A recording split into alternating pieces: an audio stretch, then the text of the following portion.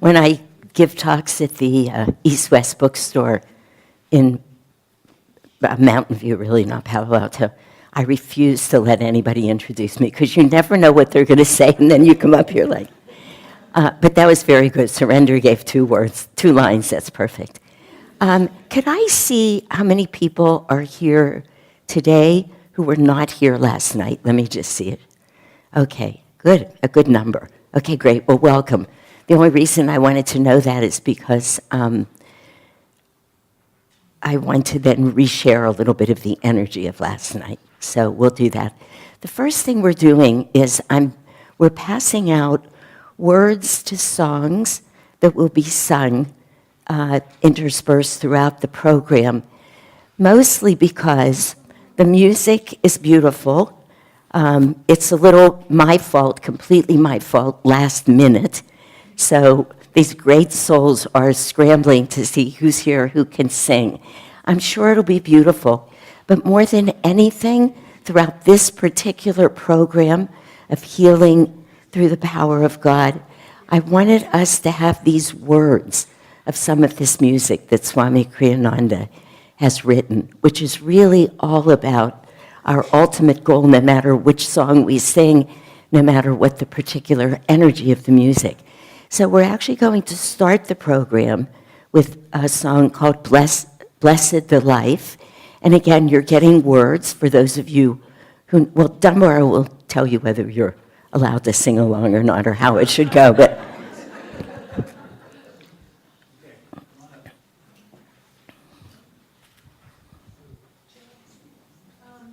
Do you want everyone in the choir, or you want folks that are practiced? Who goes up there? If you know how to sing Blessed the Life, come on up.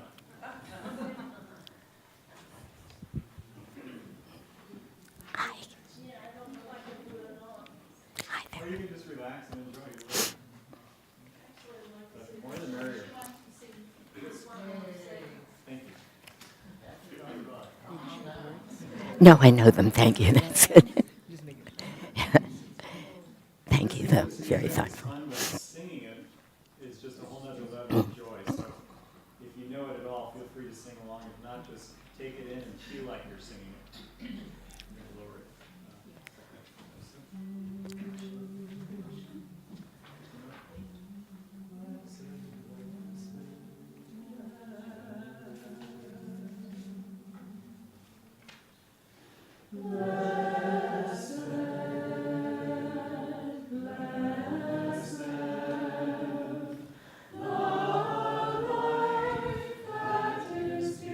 To God, blessed, blessed, the ways where His feet have trod, all the joys that human hearts can know. May His love on you bestow. May all dangers from your path be moved. All illusion by His truth disproved. Blessed, blessed, the life that is given to God. Blessed, blessed,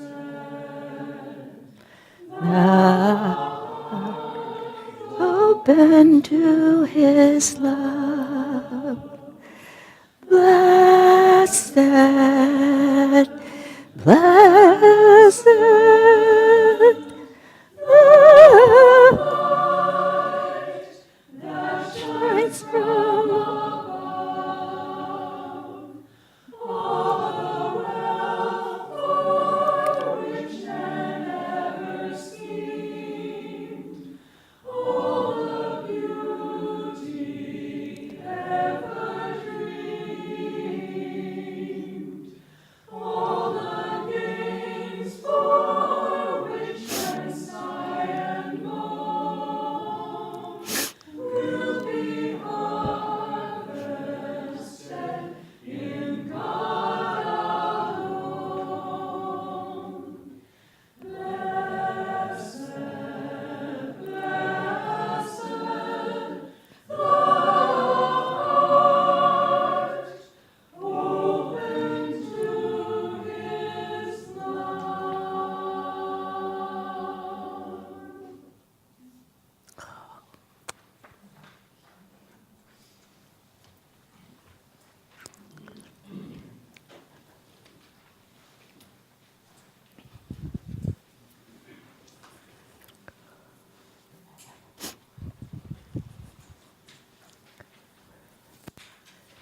Could I ask somebody to get me a couple of Kleenex, please?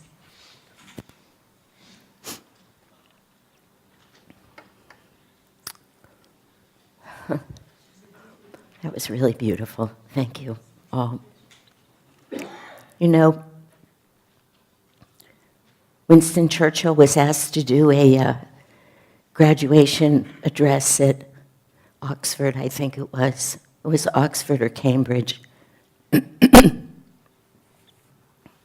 And he stood up, Winston Churchill, and in front of thousands of people, he said, never, never, never, never, 9 times, I'm going to stop now, give up. And he left the stage. That was his address. The only reason I tell you that is because many times I've been tempted, as I am right now, and I'm not going to do this. I've never yet had the courage. No problem.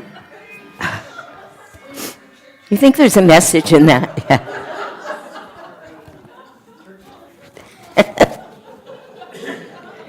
Couldn't have been more perfect.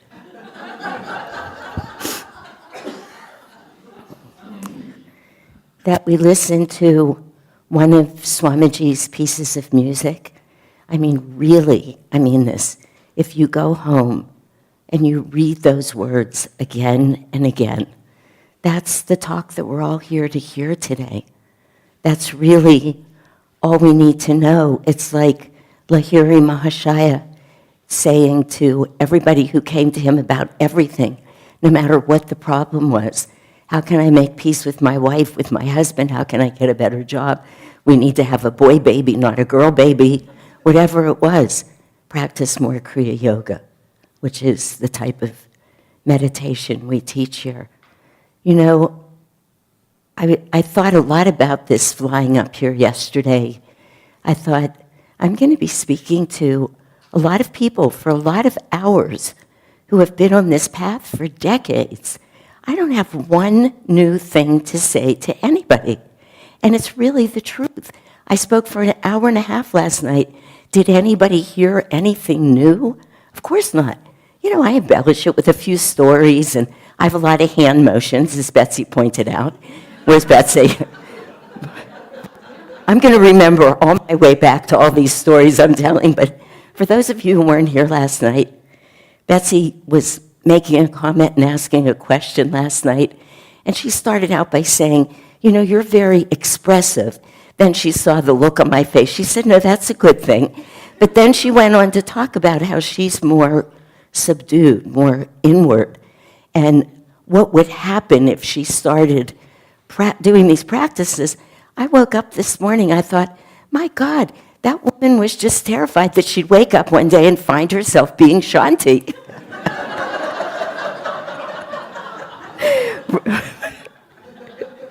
Is it okay that I say? Really, it was sort of like, if I practice this, am I going to be that? Don't worry. God knows your astral spine and just what you're supposed to do. Anyway, you know, truth is so simple, and it just boils down to these things. Meditate more. Don't give up. Give your life to God. No matter how many words we'll find, and they're good words, and we all like to be inspired, and we need to hear it again and again, because, as I said last night, truth is really very simple, but it's not easy. It's just simply not easy. So we come here, we do, in the end of the whole talk, as we're talking about, how do we actually do this then? I can't just speak all day and say, it's hard, it's hard, it's hard. I mean, where would that leave anybody? So we wind up in the end saying, look at all these great tools we've been given, and here are things we can do. Well, one big part of it is exactly what we're doing. We come together for satsang. We come and we literally listen to not just like-minded, but like-spirited souls. Just because whatever the words are, it's the energy. We hear that song, we go somewhere. We have somebody up in front of us speaking who's enthusiastic and expressive, and you just get that feeling that you want. What is it that helped that person? Or somebody said to me once, did you ever notice people when they meditate? We were talking about how beautiful some people look when they meditate. Some people really do. We have a woman, Amara, maybe some of you know her in Palo Alto. She sits to meditate in an instant. She just looks angelic. You think, whatever it is she's doing, I want that. It's like that. We inspire each other in oh so many ways. So, I think I pulled all of those thoughts together. If anybody remembers one that I left undone. But most importantly, you have the words to these songs. Use them as a prayer. Use them as affirmations. Go home, even if you can't sing them, say them. We'll talk about affirmations later. But words are crystallized thoughts. And as we think, so we are, which we're going to talk about because that can be a little frightening if you think about it. You think of all of where your thoughts go and ask yourself, how are you going to direct those all into an upward, expansive, towards the light kind of energy? And that's a very good question and something to contemplate. It's what we're all trying to do. For those of you who were not here last night, that talk and questions and answers, everything was recorded. And because I think there was a lot that was shared that's important, it's like a substrate for some of this. I'll try and pull in the important pieces. I will pull in the important pieces. But if you have a chance, I assume those talks get uploaded somewhere on the website. And we'll have it on the Palo Alto site too. So definitely try and listen when you have a spare hour, which I know maybe never, but anyway, give it a go. I'd like to start today by sharing two thoughts or concepts. The first is that before we talk about how we heal, we have to get all together with some understanding, some concept, some knowing of why do we even think we need to heal? What are we talking about? What's happened? So I'd like to share just a few words first about two of the three major yogic philosophies, Sankhya and Yoga. And I want to just say a little bit about them briefly so we all wind up on the same page about where we are right now and where we're moving forward from. We just can't move forward in a creative or raised consciousness kind of way if we don't know where we are. And of course, as I said many times last night, and I'll say it again today, it's different for every one of us. And I'm about to tell you how that happens, even though most of you know it. But we're all different. So where we are in any given moment, what our next step is on a spiritual path, and we can just start thinking spiritual path, wellness, healing, they're synonymous. Because that's what we're here to talk about. I'm not here to tell anybody how to treat congestive heart failure or high blood pressure. You don't care about that. And that's way easier, actually, than what we're trying to do here. But we're here to talk about true wellness, as we spoke about it last night. And we're talking about healing through the power of God. Obviously, we mean spiritual healing. Now, the truth is this, as if we all just focus on our spiritual practice, which is what Lahiri Mahashaya knew when he kept saying, do more Kriya, do more Kriya, do more Kriya, is that if we heal spiritually, everything else falls into place. Everything. It's not that your body would be perfectly fine or that every disease that you have will necessarily just dissolve. Sometimes it does. I would say often it does, because I've seen it over and over and over. But even if it doesn't, your whole relationship to it changes dramatically. That's what happens. I used to say in talks, it just came to me years ago during a talk, if you live on the first floor of an apartment building on Manhattan at 5th and Madison, who's ever been to New York City? Okay, enough of you. 5th and Madison, very busy. Not just very busy, but people like this. You don't smile at people in New York. They think something's wrong with you and they get very paranoid. It's just not what happens. People are moving, they're going, they're busy. It's a different environment. If you live on the first floor of that big apartment building and you look out of your window a lot, everything that happens out there is impacting you. You're hearing the noise, you're seeing the faces, you're hearing buses honking, cars honking, million taxi cabs. It's rajasic, to say the least. Frenetic, for those of you who don't know what that means. High energy in motion. Nothing changes at 5th and Madison, but you move up to the 30th floor. You now live on the 30th floor. You look out of your window, and you see the Hudson River, and you see Central Park. You don't hear any of the noise. You get this extraordinary sense of what New York City is. This beautiful island. It's gorgeous, it's fabulous, it's fascinating. Everything in you has changed, nothing has changed.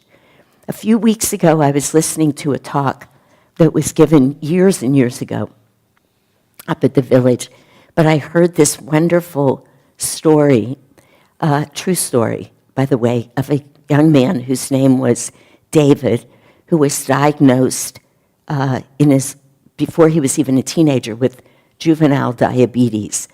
For those of you who don't know, juvenile diabetes is very, very challenging.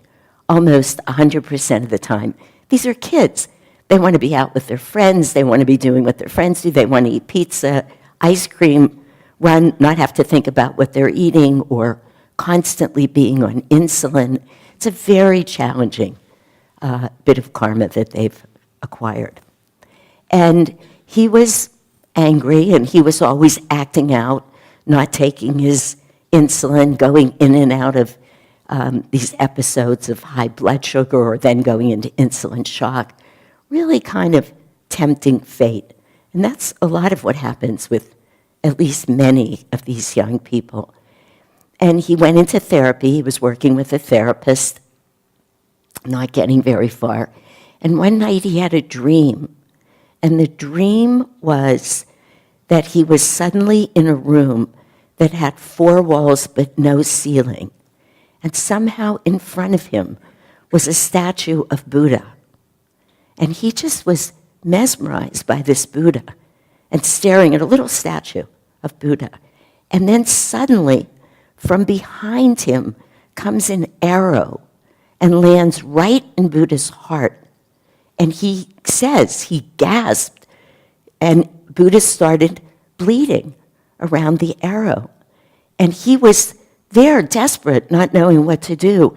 And then suddenly, Buddha started growing. And he just grew and grew and grew.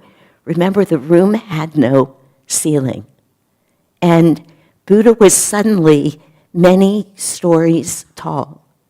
And that arrow and that blood was now barely visible. It was like a little pinprick. It was nothing threatening anymore.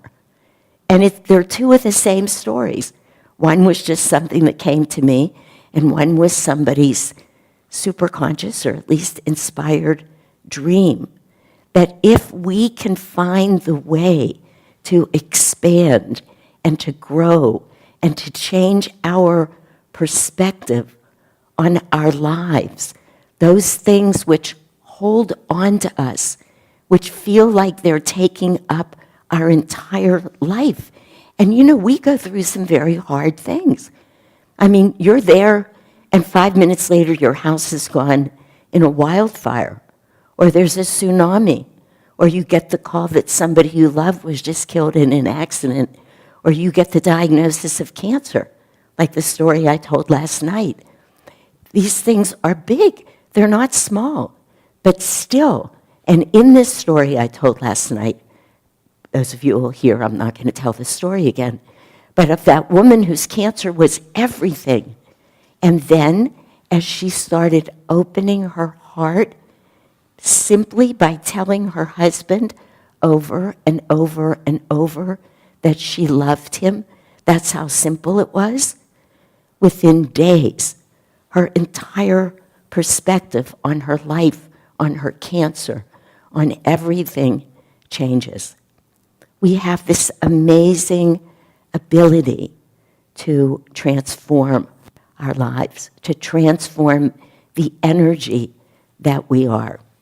Now, let me come back to the idea of Sankhya and yoga. Sankhya is a philosophy, a time in our soul's long journey where we are constantly struggling in life. We never move from the first floor. We don't have the dream. We don't see Buddha being saved. We're trying to satisfy all of our desires, all of our sadnesses of the heart, all of our needs, all of the anger, frustration out in the world. Let's just say whatever world we happen to live in.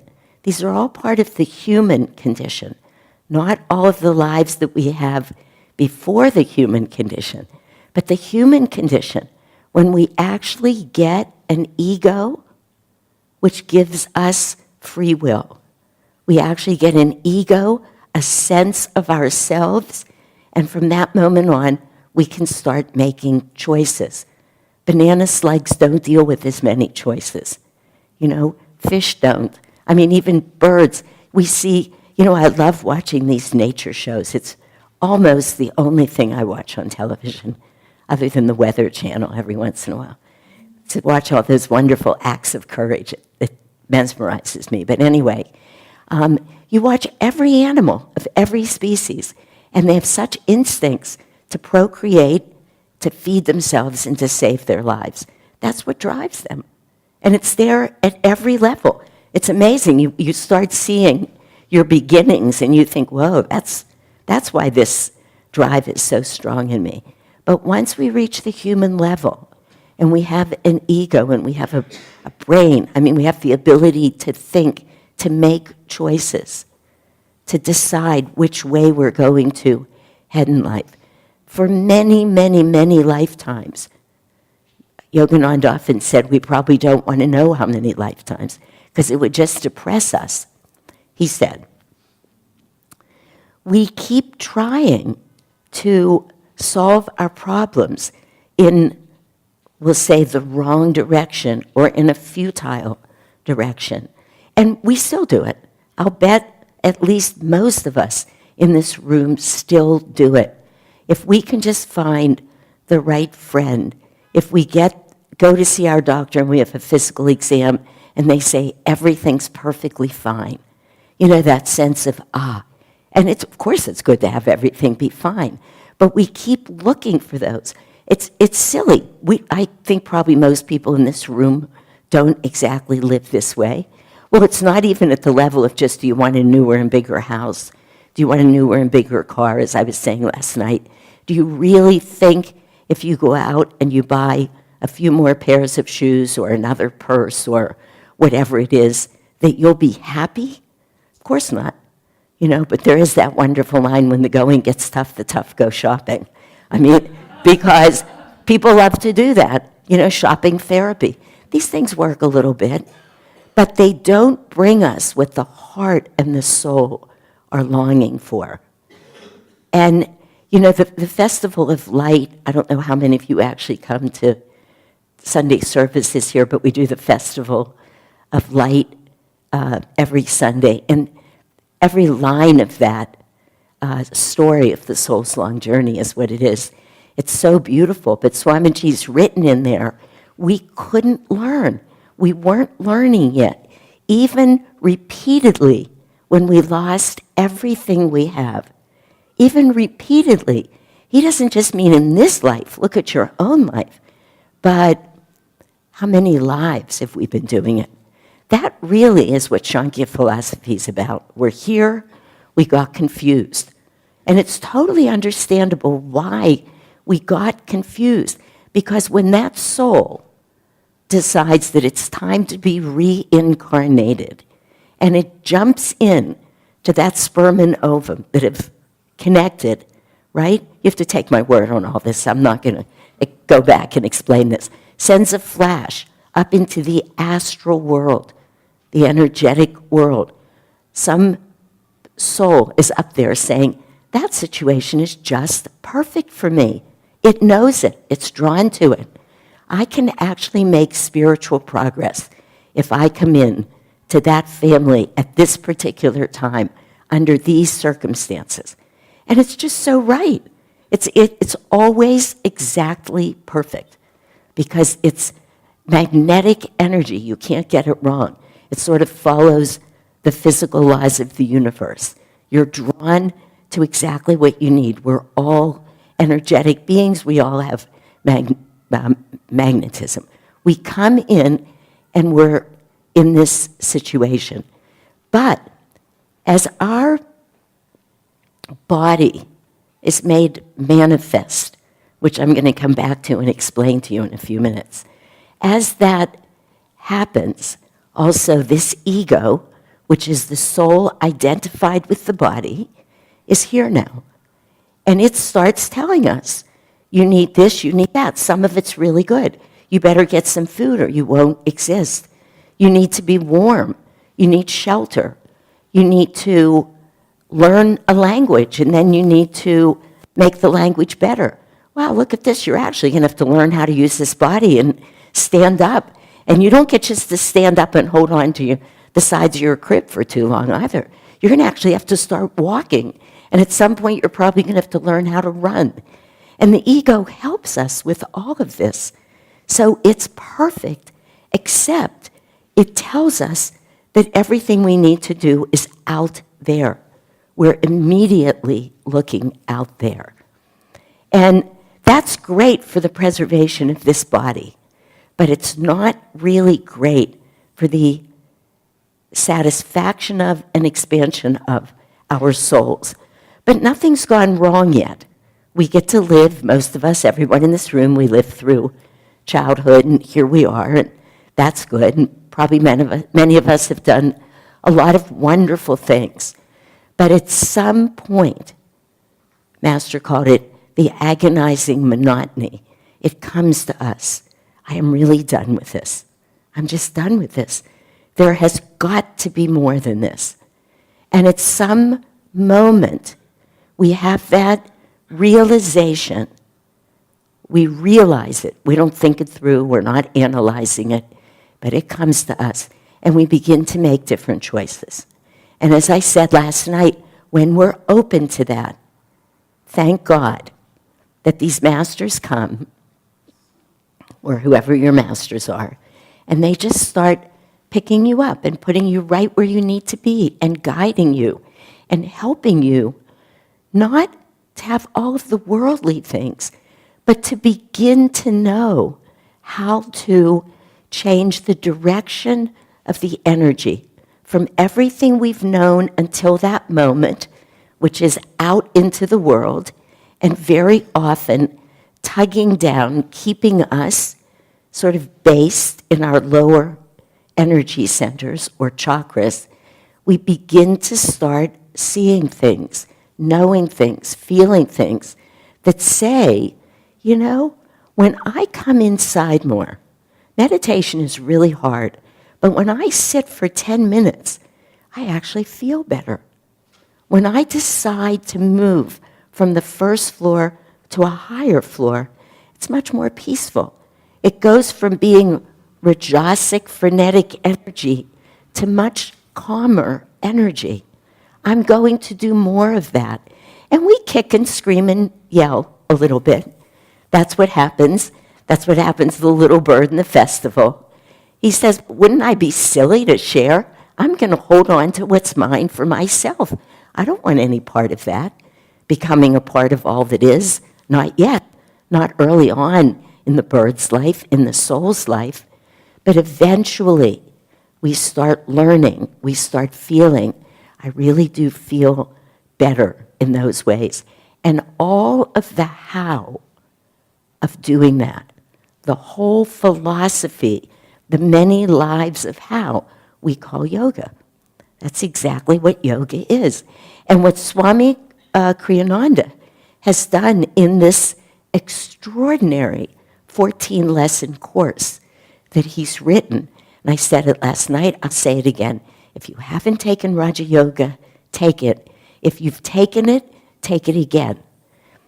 Many of the deepest realizations that I have about these teachings, right from this Raja Yoga, came to me a month ago when I gave the final class in Raja Yoga. How many times have I taken that class? How many times have I taught the course? I don't know, a few. And yet, all of a sudden, it was like, wow, I really get this. You cannot study the teachings in Raja Yoga too much. There is no fat in that course. There's a few prepositions to hold the sentences together. Otherwise, every word is so meaningful. And what Swamiji does is exactly what we're trying to talk about here. And this is what came to me last month. And for those of you who know Raja Yoga really well, if I'm about to embarrass myself, don't laugh at me. I mean, maybe you all knew this a long time ago, but it came to me with a kind of crystal clarity that he takes us through 14 chapters. The first chapter is the history of yoga, and he talks a lot about how many thousands of years ago yoga happened. He draws in these cycles of time called the yugas. He mentions that we're in this age of energy, rising Dwapara. That's a good thing.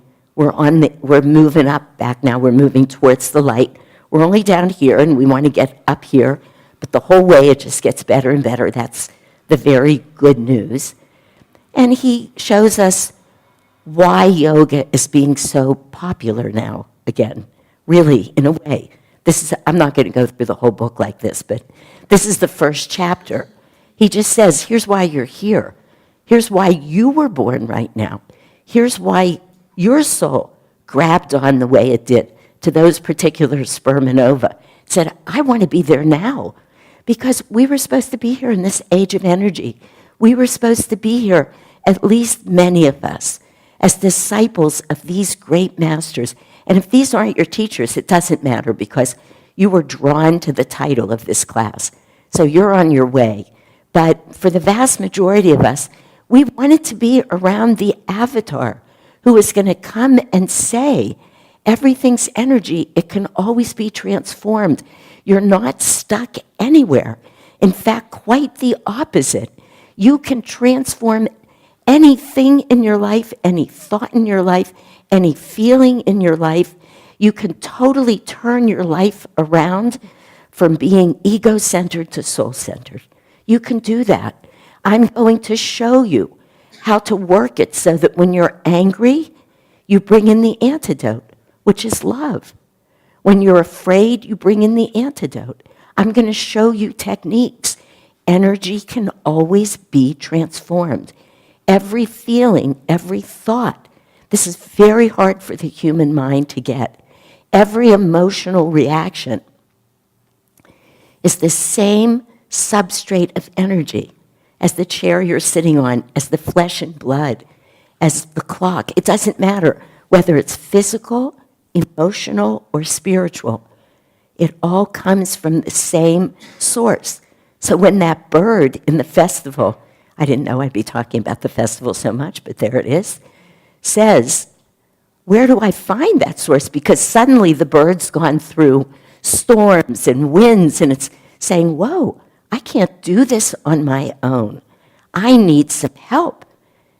And he asks the wind and the rain, because they're saying, give yourself over here, surrender up into my hands.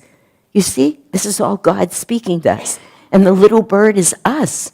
And he's saying, where can I find that source? And they say, seek it in the farthest depths of being, in your own self. Saying, you are it already. Everything is it already. You just got confused. You got lost. But we'll show you, Master said. So we're all incarnated right now. It's no accident. Swami Kriyananda says, spiritual progress does not happen haphazardly. That's what he says. We've made great effort to get here right now, to be right in this very moment. But all of these moments of this life, to have had the extraordinary, great good karma to be here with the teachings of a true avatar. That's amazing. Avatars just don't pop in and out of Earth all that often.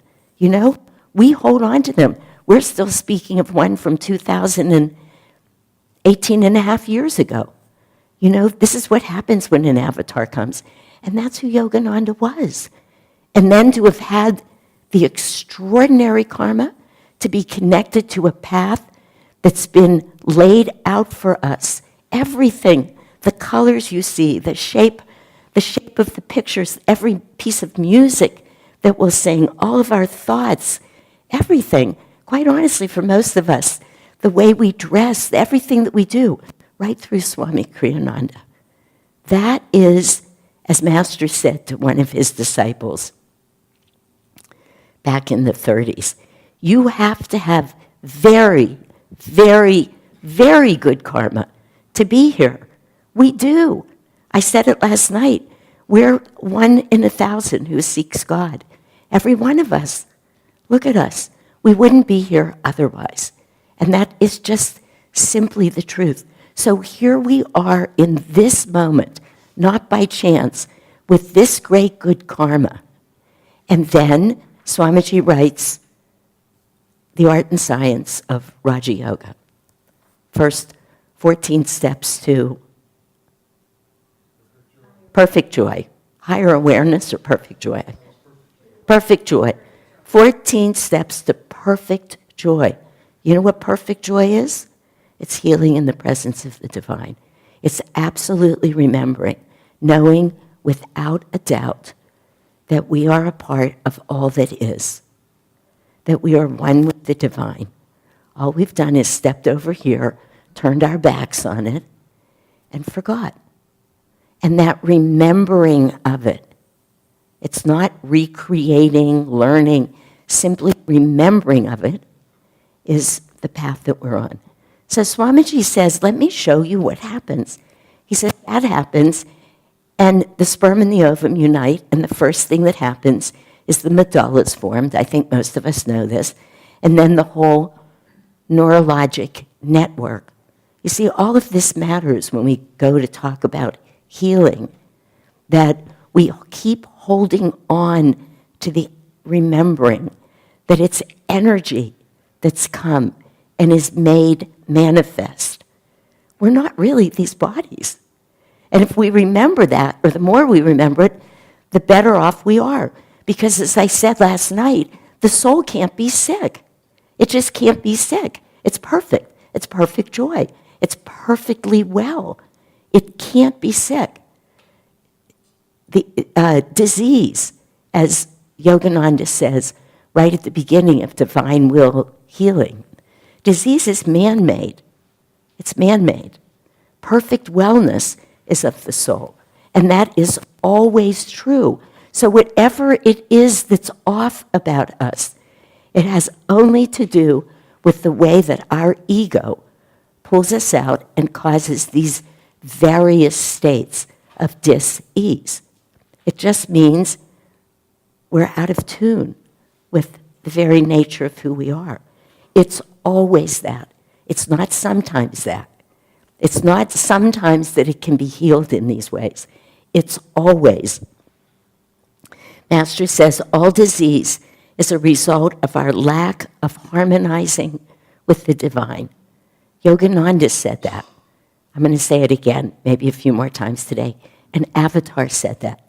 They weren't fooling us or saying it's an approximation or maybe. He said those words. All disease is a result of our lack of harmonizing with the divine.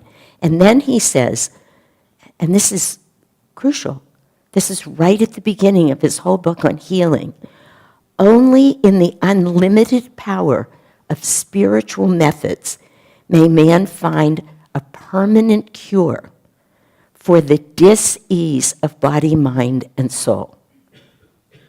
Only in the unlimited power of spiritual methods. Those are powerful words. I mean, they just say, okay, let me just take away all the guesswork, all the wondering. If you really believe these teachings, you're committed to this path, we now know. How do we begin to get well? I haven't forgotten where I am, by the way, in chapter 2, but I want to tell you a story. Must be almost 2 summers ago now. I was part of a course that Puru Selby put together up at the Expanding Light. And what was the name of that course? Meditation and Science or something.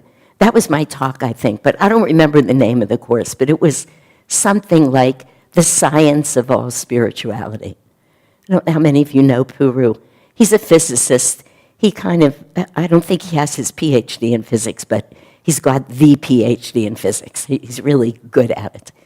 So he invited me to speak, and he calls me, or writes me 4 times from the time I said yes until the talk happens. Shanti, I want you to remember, this has to be scientific. Because he'd heard me speak. I speak like I'm speaking.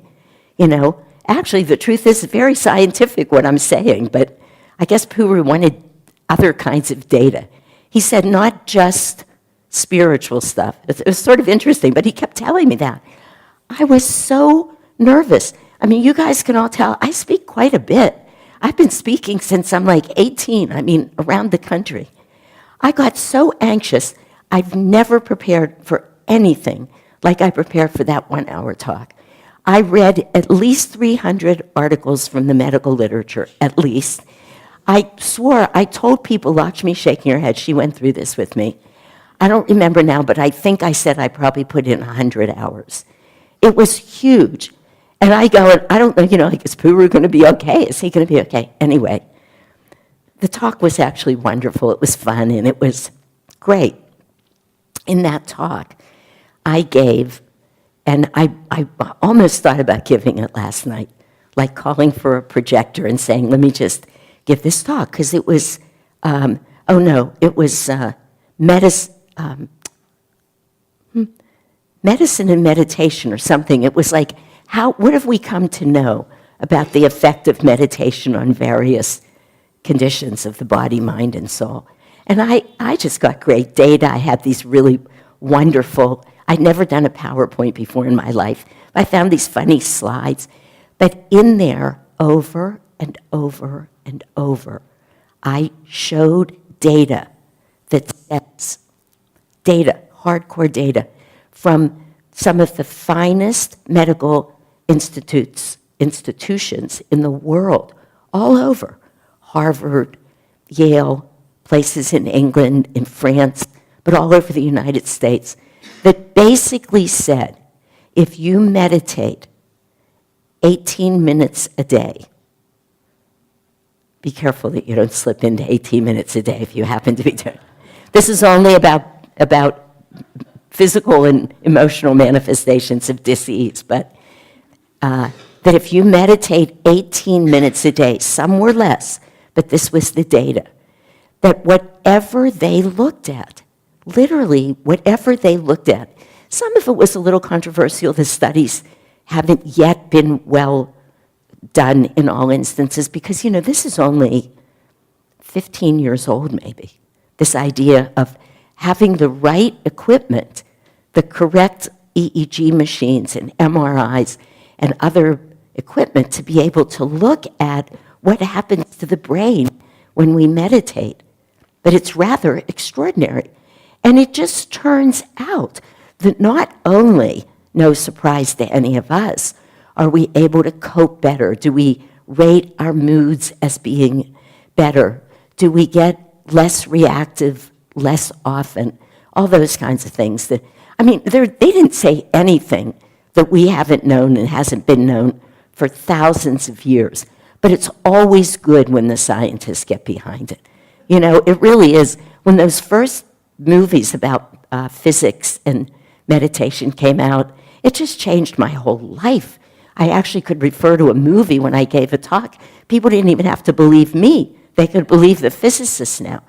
But all this data said, if you have high blood pressure, if you have back pain, if you have irritable bowel disease, if you have insomnia, if you want to quit smoking, I could just go on and on and on. They were beginning to collect some of it very good, some of it needing more work. Great data that says, do this, do this. Your blood pressure will drop after 6 weeks by 5 millimeters of mercury, and that actually puts you in a very different risk group for the bad sequelae of high blood pressure. You won't necessarily have strokes at the same incidence. Your kidneys will do better. Your eyes will do better. I could go on, but that's not the talk I'm giving today. You get the point. It was very convincing. Very. I forget the physicist's name who was there. Biasa, do you remember who it was? Very well-known physicist who came and spoke. He came up to me afterwards, and he talks about meditation and physics. I need a copy of this PowerPoint. This was great. It was great. I wasn't great. But the data that I had collected was great, you know? And it was like irrefutable. And several people who I knew from the Bay Area had come up to watch this talk. Every one of them, one of my dear friends has high blood pressure and has already had a mini stroke. I could just go on and on. They all had all this stuff I'm talking about. And I walk out of the talk, and they say, oh, my God, that was great. I can't believe. I said, but were you listening? I mean, are you hearing? Did you get it? Oh, yeah, I got it. Not one of them is meditating. Not one of them. You know, it's just a fascinating aspect of the human condition. It fascinates me. And this is what you begin to see when you look at this Raja Yoga.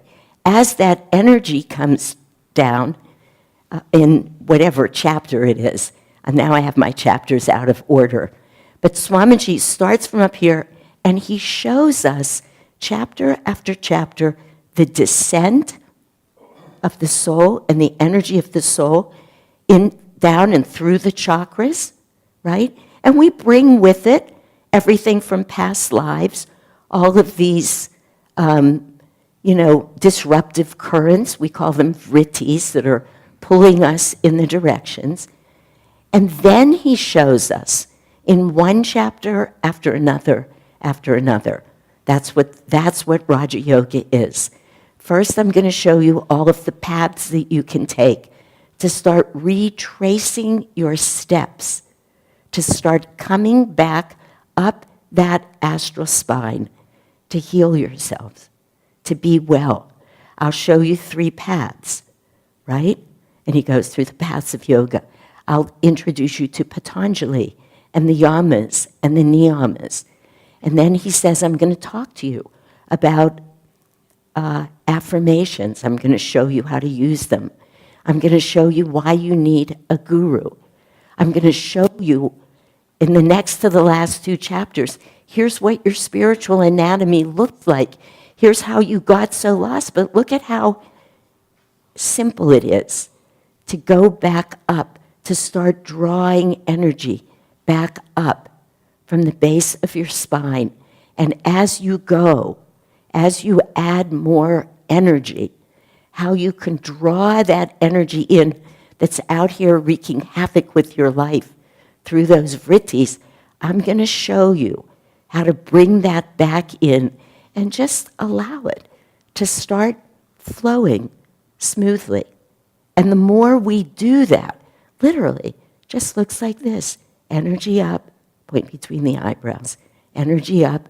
We start out here a little bit on either side of the astral spine. And in those not the last chapter, but the last 2 chapters, he shows us, no, really, you got to bring it all the way in. It's called the sushumna, but you have to get it in there. Again, healing through the presence of the divine. This is what it is. He has given us a complete roadmap. He lays it out, one point at a time. Just read chapter 2 through 13, and you just see what you need to do and how you need to go. But unfortunately, even repeatedly, when we've lost everything that we have, we don't do it. So my friend is out there on 3 blood pressure pills. I showed her a graph that says, please do this. Within 6 weeks, you can drop one of your blood pressure medicine. The vast majority of people did. That's amazing. Why would you stay on a medicine if you can just sit still for 18 hours a day? Just sit still. And you know what? In the end, it doesn't matter. The studies have been done that show that all types of meditation have most likely, again, we're not completely there with the scientific data. We're close. But we know whether they're doing, a lot of these studies are based on mindfulness meditation. And it's perfect because mindfulness meditation is much easier for people to do. It's very different than the type of meditation that we're asked to do.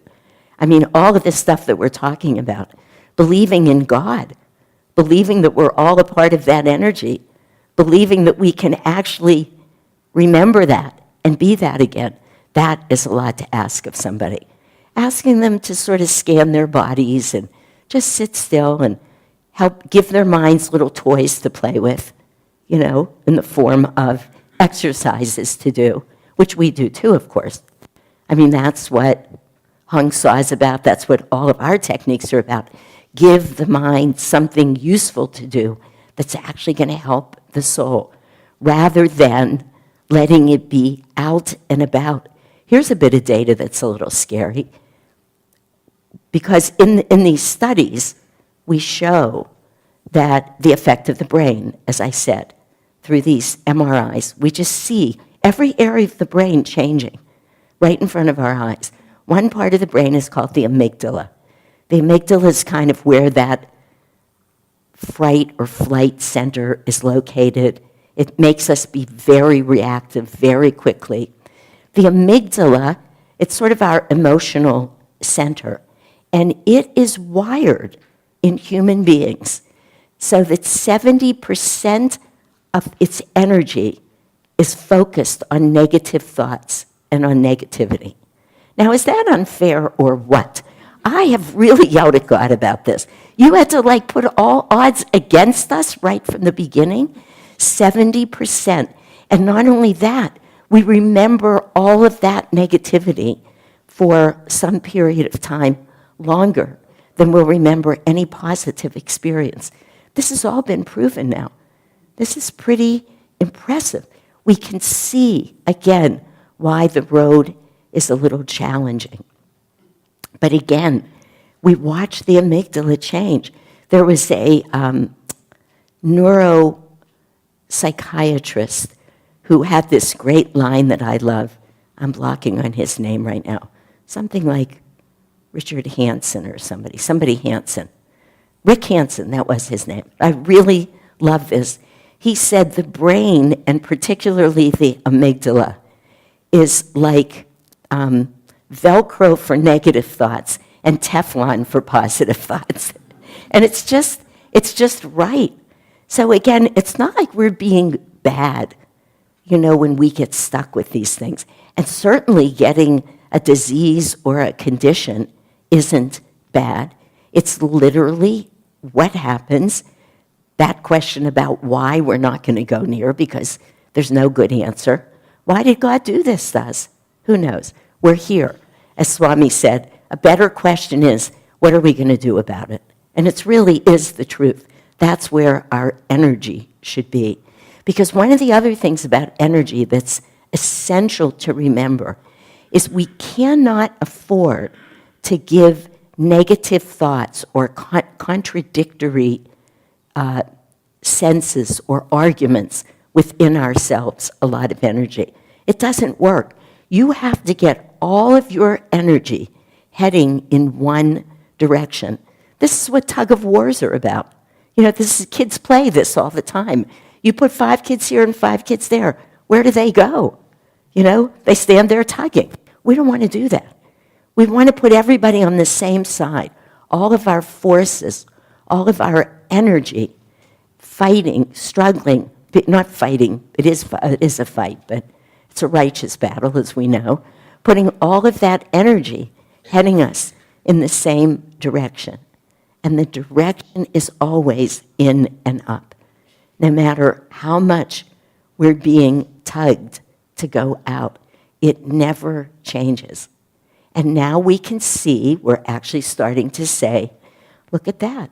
What these yogis have been saying for thousands and thousands of years, probably long before we had any way of recording it or knowing it. And everything Swami has written in this course, if we can just keep reading and reading and rereading these chapters, we'll get it. I mean, Lakshmi said to me yesterday as we were flying up here, she said, I know what I'm going to do with my summer. Besides being a full-time employee at the church, she's also a full-time school teacher. So she's a bit of a wonder in and of herself. But she said, in my free time this summer, she said, I'm just going to read and reread Raja Yoga. I said to her, you know, good plan.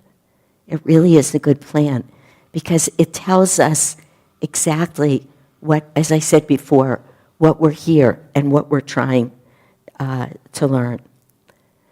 Anybody have any comments or questions so far? Please don't hesitate to ask them because they're always great grist for the mill here to chew on a little bit. Yes. Hold on for 1 minute. We're going to bring you a, and don't ask me again what I made on my MCATs. He asked me what my score was on my MCATs last night. Many of us have been meditating for decades, and we're still dealing with the same issues that brought us to meditation. Yeah. Maybe it's brought us to medication. So for some, I'm sure it has. So, well, when I bring it close, then you're going to get Yeah. He's right. This is a scientific study he's performed already. Yeah. So I'm just wondering, how do you address that issue for us? You know, if I were going to be glib, I would repeat Winston Churchill's graduation address and say, never, never, never give up. But of course, that's an issue, I think, for all of us, and we can speak about it psychologically, you know, where I bet every one of us in the room has had the experience of thinking that we've conquered something. I used to be more of a jealous person, or I was more, I'm not speaking of myself, though. It's all true about me. But I'm just, you know, speaking more about everyone who says, I used to be more jealous, or, gee, I used to really be competitive, but I'm over it now. And then suddenly you found yourself sucked into a situation, and all of those qualities come back up. And, I mean, I've been dumbfounded in my life. How could that be? How could I still be wrestling with that? I was so sure. Maybe 5 times in this life already I was sure it was gone. And there it is. And, you know, here's the only way I can answer that, but I think it's got a lot of truth in it. Even though we're still wrestling, I would bet for those of us who are genuinely meditating for decades, which I think is probably a lot of people in this room, we have better ways of coping with it. It's funny, this is an answer, I know. I'm interrupting myself again. One day, not long after I moved into the community, I moved 5 times in my first 2 years in the Palo Alto community. It was a veritable pain in the rear end. You think you're just moving from one apartment to another, but they're all different there. Nothing ever fits the same. It's a move. It's very disruptive. Anyway, I eventually landed turns out, just so you know the end of the story, the place I'm still living in now, which was a lovely, one of the two-story townhouses. Somebody before me had put a lot of money into it, knocked out walls, put in big windows so there's light, which is a little lacking in some of the apartments in Palo Alto. So I had this great place, but it was actually still owned by a couple. And Asha had a very deep connection with this couple, but they had had to move out based on some financial issues. When they moved out and I moved in, I said to them, you have to promise me I'm not going to have to move out of this place for at least 2 years. That's what they said. Oh, we promise you. And, like we do all over in Ananda, wasn't written down, it wasn't signed, sealed, and delivered. It was, made in the right spirit. About 4 months later, I literally had not unpacked yet. The final boxes. I'm over cooking dinner one night in our kitchen, and Chidambar mentions, well, I guess you heard the bad news. I said, no, I didn't hear any bad news. He said, oops. I said, well, why don't you give me the bad news? Well, the bad news was that I was going to have to move out of my apartment, that they had decided to move back in. And I did not do well with it. Now, just to my defense, that's all it is. I have to say it, but write it off. This was now about 16 years ago, at least. And, hopefully there's been some growth. Well, I'm telling you the story to tell you the growth, to answer Hanuman's question. Asha came over because I was really angry. And I happen to just get articulate when I'm angry. It's an unfortunate trait. I wish sometimes I could be like many other women and cry, but I don't.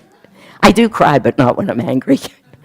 Anyway, I was really mad. It just didn't feel right to me. It was breaking a word. Mostly, I did not want to have to pack up and move, and I loved the space.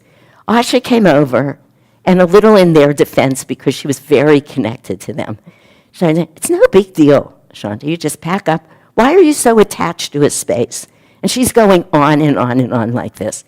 And finally, this is Asha, who had been the spiritual director for many, many years. I said to her, I need you to leave the apartment. She said, what? I said, I just want you to leave. Don't you think I know those truths? Don't you think if I could be living them, I would? And I said to her, listen, I know myself. I need 2 days to whine about this.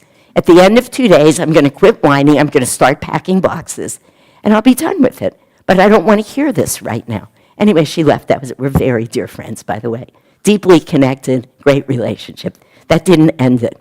So the reason I'm telling this story is because what I find now in my life consistently is that when I get thrown off like that, which I do with more regularity than I'd like to admit, I'd like to think after all these years it never happens, but it happens.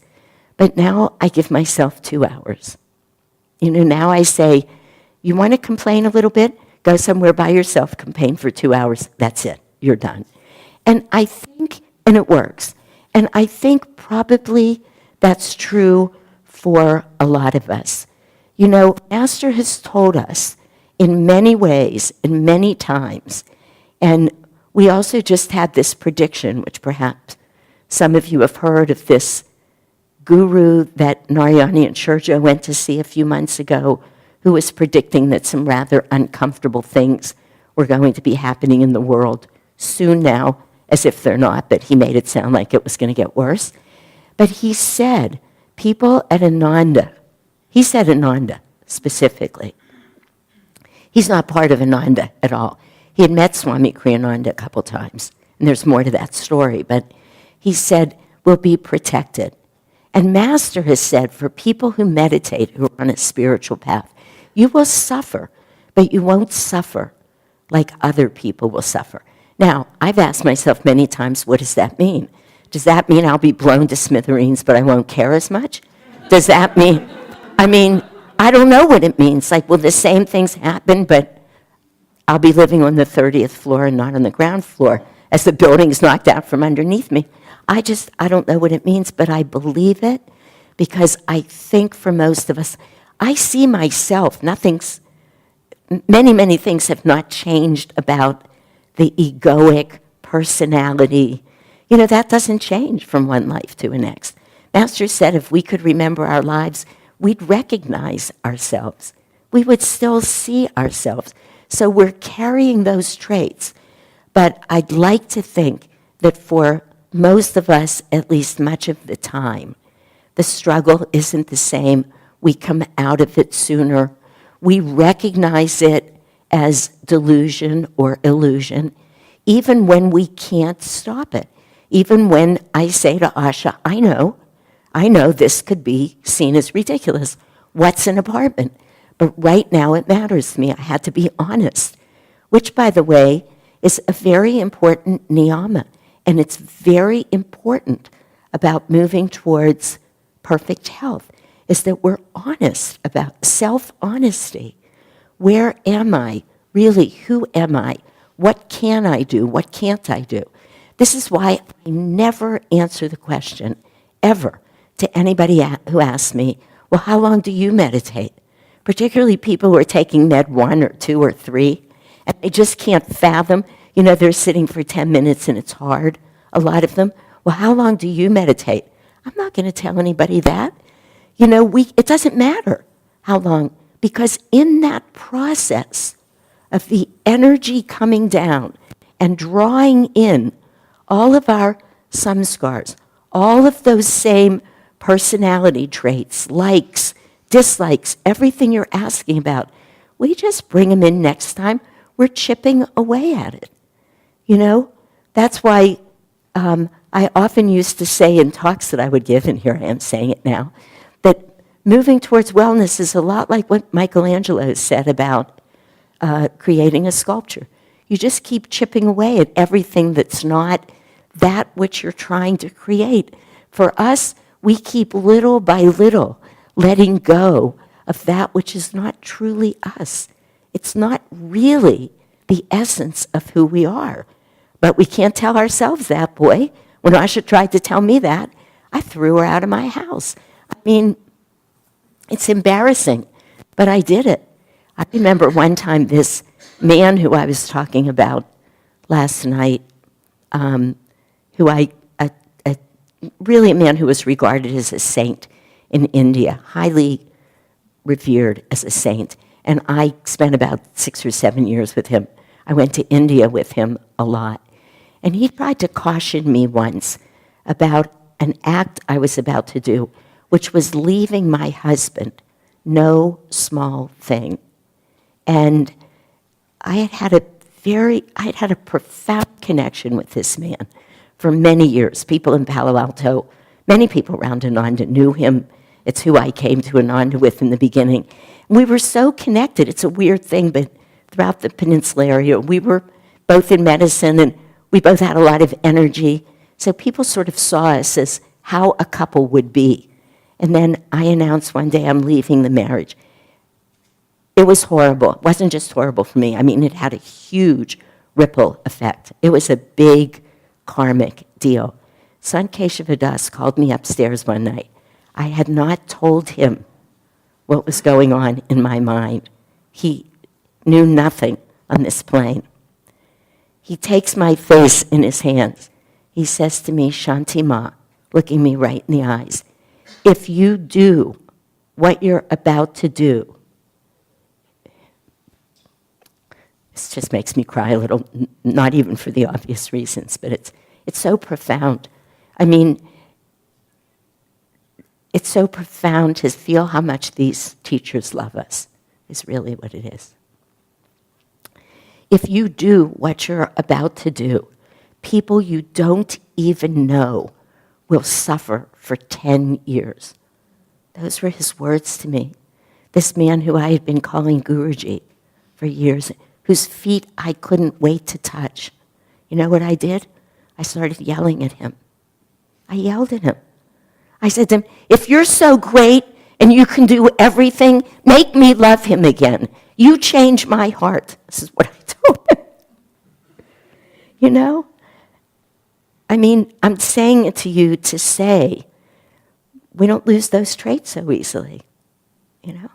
And I left Barry. I didn't listen. I couldn't. It's not where I was. I was not ready to do. Can't imagine how many times I look back at that, not with self-contempt. I don't do that anymore. Master scared me too much when he says, you can't die with regrets. It's like, I'm not dying with regrets. Every seclusion I have, it's a big part of what I do in seclusion. I make amends and I let things go. I make amends. Barry and I, by the way, wound up magnificently not back together as a couple, but back together as soulmates that we were meant to be. And, we all lived happily ever after. But, these struggles that we go through, we just go through them. But to be able to say, this is who I am right now. Here's the important thing. What is my next step? Not where am I? Not what couldn't I do before? Wasn't my karma. I mean, God himself only knows what would have happened if I'd say, okay, fine, I'm just going to stay in this marriage, which is very often the right thing to do. People stay in marriages where they become friends and not necessarily lovers, or they find ways through things, and it's perfect. You see the spiritual growth in it. I couldn't do it. Was I supposed to do it? I don't know. But just where am I? What is my next step? And take it. Not anybody else's. That's what I keep trying to get back to, and I keep getting pulled away from. These energetic spines that are laid down, they're only ours. This is why Master says, better to fail, not Master, Krishna, in the Gita. Krishna. It's better to fail at trying to work through making the effort to work through your own karma and failing than it is to succeed at working through somebody else's karma, because it doesn't get you anywhere. It's not in your spine. You know how easy it is to look at somebody, a friend, or anybody comes to you, says, I'm having such a struggle. I can't do this. And you want to say to them, but it's so easy. Just quit being upset. Just quit this. It's easy for us because it's not lodged in our spine. When it's lodged in your spine, it feels very different. So they could solve our karma too. But Krishna says, don't do that. It doesn't move us back towards the source of all that is. It doesn't take us back into that energetic spine and let us neutralize the energy that's in the karma, harmonize the energy that's in the chakras, release those little seeds, one seed at a time. All that rice we throw, it's a good thing. One kernel, that's making great progress. That's always moving in the right direction, even if the struggle's right there. And I think this is why Master says over and over, Krishna says it too, all throughout the Gita. Of course they would, it's the truth. So all great saints and avatars are going to say it. It's the intention that matters when you're on this spiritual path. You just keep coming back. You keep bringing every thought, every action, every deed that you can, when you can, in the right direction. And you very quickly forgive yourself when you can't. Feeling guilt, huge waste of energy. Huge. It's really just another way to be self-involved, little self-involved.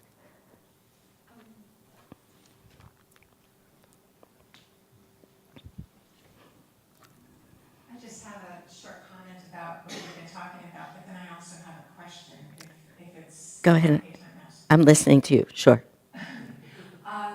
I too have a real strong anger response, and I've made rules for myself over the years, and one of my rules is when I'm angry, never ever respond to an email that makes me angry. Don't respond while I'm angry. And it's a rule that works for me really, really well, except when I'm angry. Because when I'm angry, I can find all these justifications why I'm right. This person needs to hear this, and I can just justify it all the way, and I go ahead and send the email, and now it's out there in black and white, and I can't bring it back. But I think Don't you wish, I'm waiting for the day, by the way, in this World Wide Web, where somebody's going to put a reverse on that send button. pull that back. But I think one of the things about how we don't suffer that it's important that we don't repress our anger or pretend that it's not there. We give ourselves the time to move through it and experience it for what it is, and then not feel remorse and guilt and all of these other things that can just heap other stuff on top of it, so that we can move on. And we will. I just know, I don't know how many lifetimes, I don't know how many years or what, I know that at some point I'll not have such a strong, forceful anger response, and it'll be a lot more comfortable for everybody around me. For yourself. Let me just make one comment back at that, and then we'll take a little break. And the reason I feel the need to, so I'll tell you. First, I'm going to give you a hint that I said last night, which you'll hear if you listen to the talk. My way of dealing with that is I refuse to put anybody's name in the to box. And I don't do it if I'm angry till I've sat with 3, 4. Every once in a while, one slips out. It happened to me last week. But because I've justified it. This isn't my anger. This is truth. This is really truth. Yeah. So I know that place, but usually there's no name there. I can't hit send. Just another little. But I just want to say, because I agree with you, and I want to say out loud, as a physician and a minister, I'm a real spiritual counselor to a lot of people. I refer a lot of people, a surprising number of people, to see psychotherapists. Because many people come onto a spiritual path, and they think coming onto the path, move into a community, and the spirituality of it is going to erase all of those angers, all of those neurotic tendencies, qualities, greed, jealousy, you can just, whatever it is, all of the old hurts. It doesn't necessarily work that way. And I think where a lot of people go wrong on their path and they can't stay on it is because they had other work to do that they didn't do. And I think acknowledging it is very important. Last night, I told a story of myself in a huge fight that I had a couple of months ago with somebody in the community. And I won't tell the story, but suffice it to say, it was excruciatingly painful for me. And I really wanted to beat them up. I really did. I mean, I just wanted to beat them up in whatever way I would do that. But somehow, with God's grace, and I literally mean that, I didn't know if I made that clear enough last night. I'm telling you these stories, they are not about me, they are about them. God, Master himself came into my living room and said, stay here with me. Not really, I didn't hear him, but that's what happened.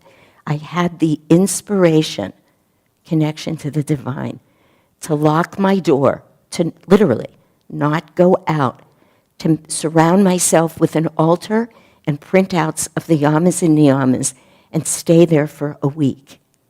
And what I found, and I'll tell you why I'm saying this again, is that I was able, when I made that deep commitment, I was just able in that moment, because I was given the help. Well, there's a response about when you're not, but to transform that energy, not sit with it, not just sit in it, not just feel sorry for myself, not just keep having fantasies of punching that person, or hurting them by showing everybody else in the community what a horrible thing they had done. That's how I was going to beat them up. But to keep saying, Master, please show me the way. Please show me the way, And chanting and listening to talks by Swamiji, really, and just literally watching that energy move from probably my third chakra. I mean, talk about fire in the belly, boy, headed in the wrong direction, up until I could feel my heart open. And the only reason I want to say that, because I can't always do it, but this is a class on spiritual solutions. So I just need to say I totally agree with Manisha. When we can't, we can't.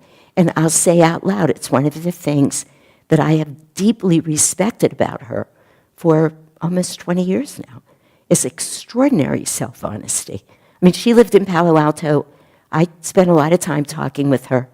I really have always found you to be honest where you are, what can you do, what's good for you, not be dragged into shoulds, because they're a killer.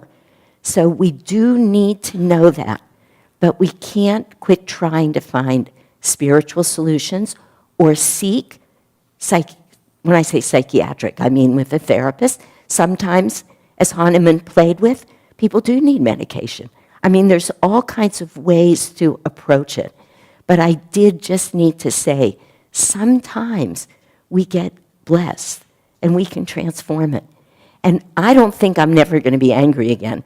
And I don't think I'm never going to have a violent fantasy again. But I've had this extraordinary experience of working through it. And it's changed the very fiber of who I am in my spine. Not because it'll never happen, but it's created a new memory. You know? It's helped me remember smriti, what my soul wants to do. And each time we do that, it makes it easier to get back there. That's part of why it was such a gift, not just because I didn't trip. I didn't trip. I made it. It was a success story, not for my ego. Absolutely not. What my ego wanted was out in the world. But it was a success story for my soul, and I remember it now. And so, unfortunately, I've had the opportunity to use it. 2 more. You know, we're going through a lot in Palo Alto right now. That's why these stories are surfacing. Really, some of the owners of our community feel that our community should be sold. It's a much longer story. Those of us living in the community, nobody living in the community feels that the community should be sold. And it's created a little disharmony. And that's a very sweet way of saying it. But it's given me an opportunity again and again and again, as a colony leader, as a spiritual director, as a spokesman, because that's where Master put me, to reckon with truth. And that's what I would say. I've succeeded sometimes and I've failed miserably in others. But even recently, when I hit the send button after 2 days and deciding it was really the truth, and honestly, I think everything in that letter is the truth, but I was able a few days later, we're going to take a break in 2 minutes, to write a letter of apology, a sincere letter of apology to everybody who got that letter. I never said, I still didn't believe what I said. I said, what is the truth that I can communicate right now? And the truth that I could communicate was, in any way that I hurt you, I am genuinely sorry. In whatever way that was disrespectful, to walk into your lives in that way. Because if you know somebody is not ready to hear that, even if you're sure it's the truth, what is the point of sending it? It just brings up a defense reaction. And it makes everything worse. And in a clearer moment, I would have known that. It didn't matter what was in the letter. What mattered is that it was going to be 100% inflammatory. And as soon as I could see that, then I felt I had to, because I don't want it stuck anywhere. So I wrote a beautiful letter. And it was a beautiful letter. They received it like that. Just saying, I wouldn't want to hurt you for anything. I want to live in a place of respect for you, even if we disagree, even if we're looking and calling Dharma 2 different things right now. I still want to be respectful. So I'm trying to be honest and say, none of us are beyond that. If we would, we wouldn't be here. We wouldn't be in these bodies, but because we wouldn't need the bodies anymore. They're simply vehicles for the souls to go home. But we're doing better. We just keep doing better. We realize very quickly, all that letter's over there, wait a minute. What I just did was not right. No, I'm going to absolutely turn that around right now. And it's not easy to do when you feel like you have a truth to share. You know, it sounds easy on the good side of it, but when you still want them to hear the truth, not easy. What does my soul want? Not my ego. What does my soul want? Not my ego. Constantly, for each one of us, just keep coming back to that. When we come back, I'm telling you this in response to a few of the questions that I had over lunch. We're going to just talk about whatever we have time for. This, by the way, is usually a 3 full-day workshop for me, so it's just condensed and we'll do whatever we can do in the time we have. But I'd like to talk about just a couple of the techniques. We'll never get through everything I have written down, but particularly I want to speak about affirmation and prayer, particularly, and we'll do some exercises, both with the affirmation and with prayer, literally with writing a prayer.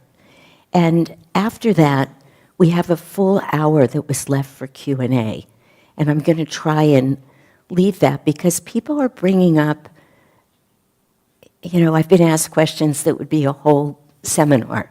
I mean, they just are, and there's only so much we can do, so we'll take what we can get. Before I move forward, I want to make sure that this has been clear. I've said it many times and in many ways, both last night and today. While I feel, when I teach, that it is my dharma these days to hold the highest spiritual truths up for all of us, for myself and for everyone, I have enormous respect, which is why I've been exposing so much about myself, just to say we're all just where we are, and that's absolutely perfect. So the point is not to sit here and be discouraged that we're not there. The point is to sit here and to say with great joy, this is where I am, with the understanding, as I said, that we've all come in at this moment. That is cause for celebration at a soul level. Believe me, there's a lot of souls and angels that are rooting for us. But we each have to get as honest as we can and say, what is my next step? One step at a time, not to try and jump over a chasm that we can't, when we know we can't make it. What would the good of that be? We just have to say, this is where I am. How can I keep moving forward? That is important. It doesn't matter where you are, wherever you are. You're in the throes of some medical condition. You're dealing with confusion, with anger, with depression, with all of that. Could just keep going. Wherever you are, what's one little way that you can keep the light open? You know, I think for the first 10 years, and this is not hyperbole, that I taught in Palo Alto, I never gave a talk that I didn't quote masters saying, a room can be in darkness for thousands of years, but the instant you turn on a light, the darkness disappears. And that's what we quote. But after that, he went on to say, there's no other way to deal with darkness. You can't fight with it. You can't try and beat it up. You can't get rational with it. You just let in whatever little bit of light you can let in. There was now I'm not going to be able to think of his name, a very famous Canadian, I loved him in the day, poet and singer. He was sort of the equivalent of Paul Simon here. Leonard Cohen. Thank you, Leonard Cohen, yeah. And he had a song, many songs, but there was one song that was, I don't even remember all the words, and it doesn't matter. But the refrain was, there's a crack in everything. That's how the light gets in. And there's something about that, wherever we are. I mean, it's not how we would say that, but there's still truth in it.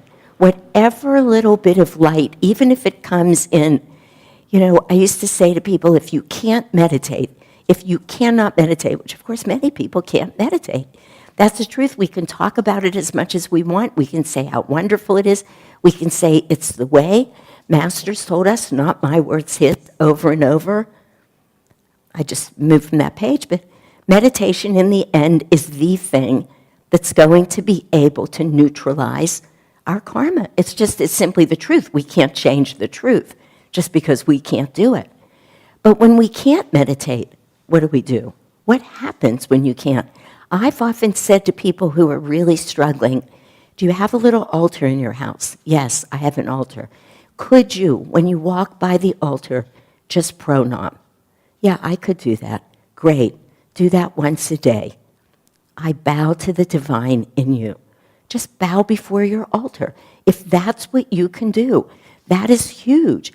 That, in these studies that were done,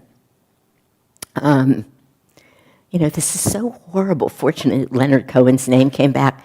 Sorry, I'm just at that age where, certain nouns and pronouns just leave my mind, and that's all there is to it.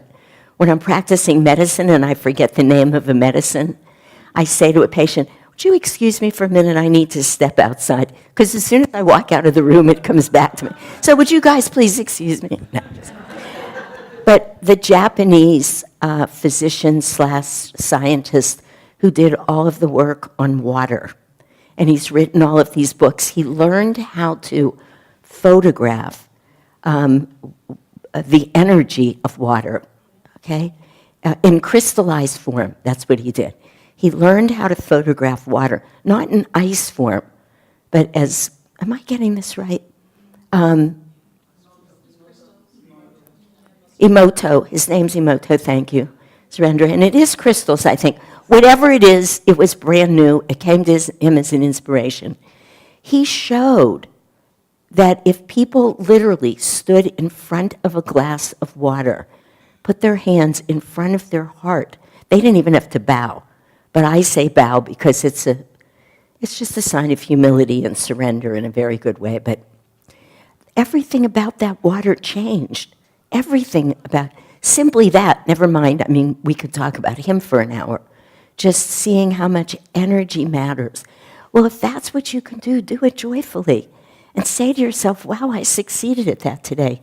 I actually stopped in front of my altar every day, and I just bowed before. There's other things we're going to talk about later, because writing affirmation, writing prayers, literally writing them, not on a computer, not just saying them, you have to slow down enough to write, or writing mantra. These things bring you into the now. You don't have to empty your mind. You don't have to work at anything. You don't have to get all worked up about how hard it's going to be to sit still. You don't have to do any of it. You start writing, and it's one of the ways that we give our mind something to do. So I just want to say we'll come back and we'll talk about that, but I really want to emphasize again, do not beat yourself up on a spiritual path. It's more costly than I could say. It's senseless, and we don't get anywhere. In fact, I think we lose ground. We are here to celebrate that we're here to feel gratitude and to really just bow in front of God that we have this human incarnation to be living, not to be hard on ourselves or negative. It never works, in case you haven't already noticed. We do not make progress that way. And really, these are spiritual truths. Swamiji said, if you're not making progress on the spiritual path, you're losing ground. So we don't want to get stuck in that. Guilt is the worst. And listen, I was born and raised Jewish. We are like, we're head and neck with the Catholics for guilt here. So, but I learned very quickly, what is the point of that? So I started that practice of saying to myself, when I felt terrible about something I had done, what's the worst thing that could happen? And I would run through my mind the worst thing that could happen. And most often, it's not all that horrible. We're all going to live through most of those things. Really, that's the truth. So anyway, whatever little practices, as I said, we can't cover everything. Shanti, she wants to say happy with blessings. Okay? Oh, yeah, okay. Um, So, I'm well aware that guilt and many other thought patterns that I get into are vastly counterproductive, but there seems to be this vast chasm of miasma that burbles up. Yeah. How do you get from the knowledge that it's not a good idea to actually stopping the flow? Well, you know, here, this is what we will get to this afternoon. But I want to answer it briefly now because somebody else came up to me saying, I'm filled with years of Catholic teachings. What am I to do with that? And you know, Swamiji says this very, very clearly and repeatedly. And again, it's one of those things, you hear it, you know it's the truth. It doesn't mean you can do anything. We cannot go after our issues one by one by one. It's like those kids' game, Jack in the Box. You know, you push it down here, it pops up here. You push that down, it's endless. There's an infinite number of things that we would need to try and do. We've already talked about it. You can work all your life on one trait, one personality issue, one anything. And you maybe don't even feel like you've succeeded at getting on top of it. So we can't aim at the problem. What we can do is find ways to draw our energy up in whatever way we can. We've already said meditation is the best, but we already also said many people can't meditate.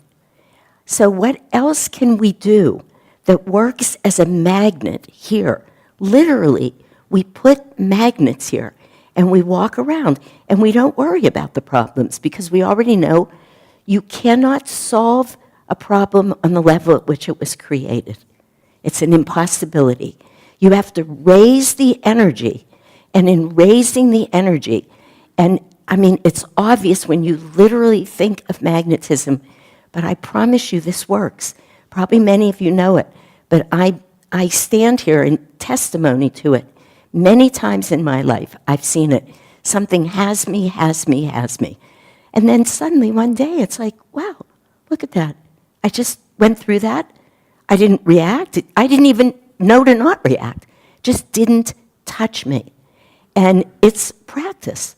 It's simply practice. Many people have heard me tell this story, which I just want to tell in brief, but I've been with my second partner. We actually never got married, but for about 33 years now. And we actually have a beautiful relationship. We have become really good friends, really good friends. But this was not always so. The first 15 years of our marriage were really difficult. And the difficulty stemmed around the fact I was on a spiritual path, he was not. I was positive, I'm not moody. He was negative, and he's moody. And it's just true about him. I mean, if he were up here, he'd tell you the same thing. Anyway, I could go on and on. We were quintessentially different. And we were both always pointing out the differences and holding him responsible. He would say as much as me, none of this is true, by the way. Don't laugh when I say it. She's great. She's easy. Believe me, I am as far from easy as anything in the world. But this is what he would say. If he could just get better, we'd be fine. One day, about 15 years into the relationship, I had it all worked out that I was going to leave him. We had a bi-coastal relationship at that time. He was still in Baltimore. I wrote this letter. He received the letter. He called me. The letter was, here's why I need to leave you. I'm sure you'll understand. Which, of course, he didn't. He was shocked. In the middle of that call, I had what I've always called a spiritual epiphany. It's very important. It came to me. I literally had this knowledge. It descended into my brain, my head, my consciousness. I don't know how else to say it. Shanti, you're not leaving him. As long as you two are in a human body, he is yours. This is what came to me. What are you going to do to make it better? And I knew it to be the truth. I've always said it was Master. I feel it was Master, though it wasn't his voice. He didn't appear to me. That knowledge was there. Next thing, you never stay where you're not happy. Just coming to me, that's when it said, what will you do to make this better? Third thing, every time you look at this man, you will see nothing but Divine Mother looking back out at you. Every time you look in his eyes, you will see only God. That's the truth, and that's what you'll see. I never said a word to Barry. I said to him, you know what, honey, you're right. I don't know what happened to me. I lost my mind. I love you. I'm not going anywhere. I didn't say another word. Within 3 days, that man started changing dramatically. He didn't change. He did start changing. I changed. I quit seeing what was wrong. I started seeing what was right, and I held myself to it. And I promised myself, which is a promise that I've not been able to keep 100%, but very close. This is the truth. I said, you will never argue with him again. You will.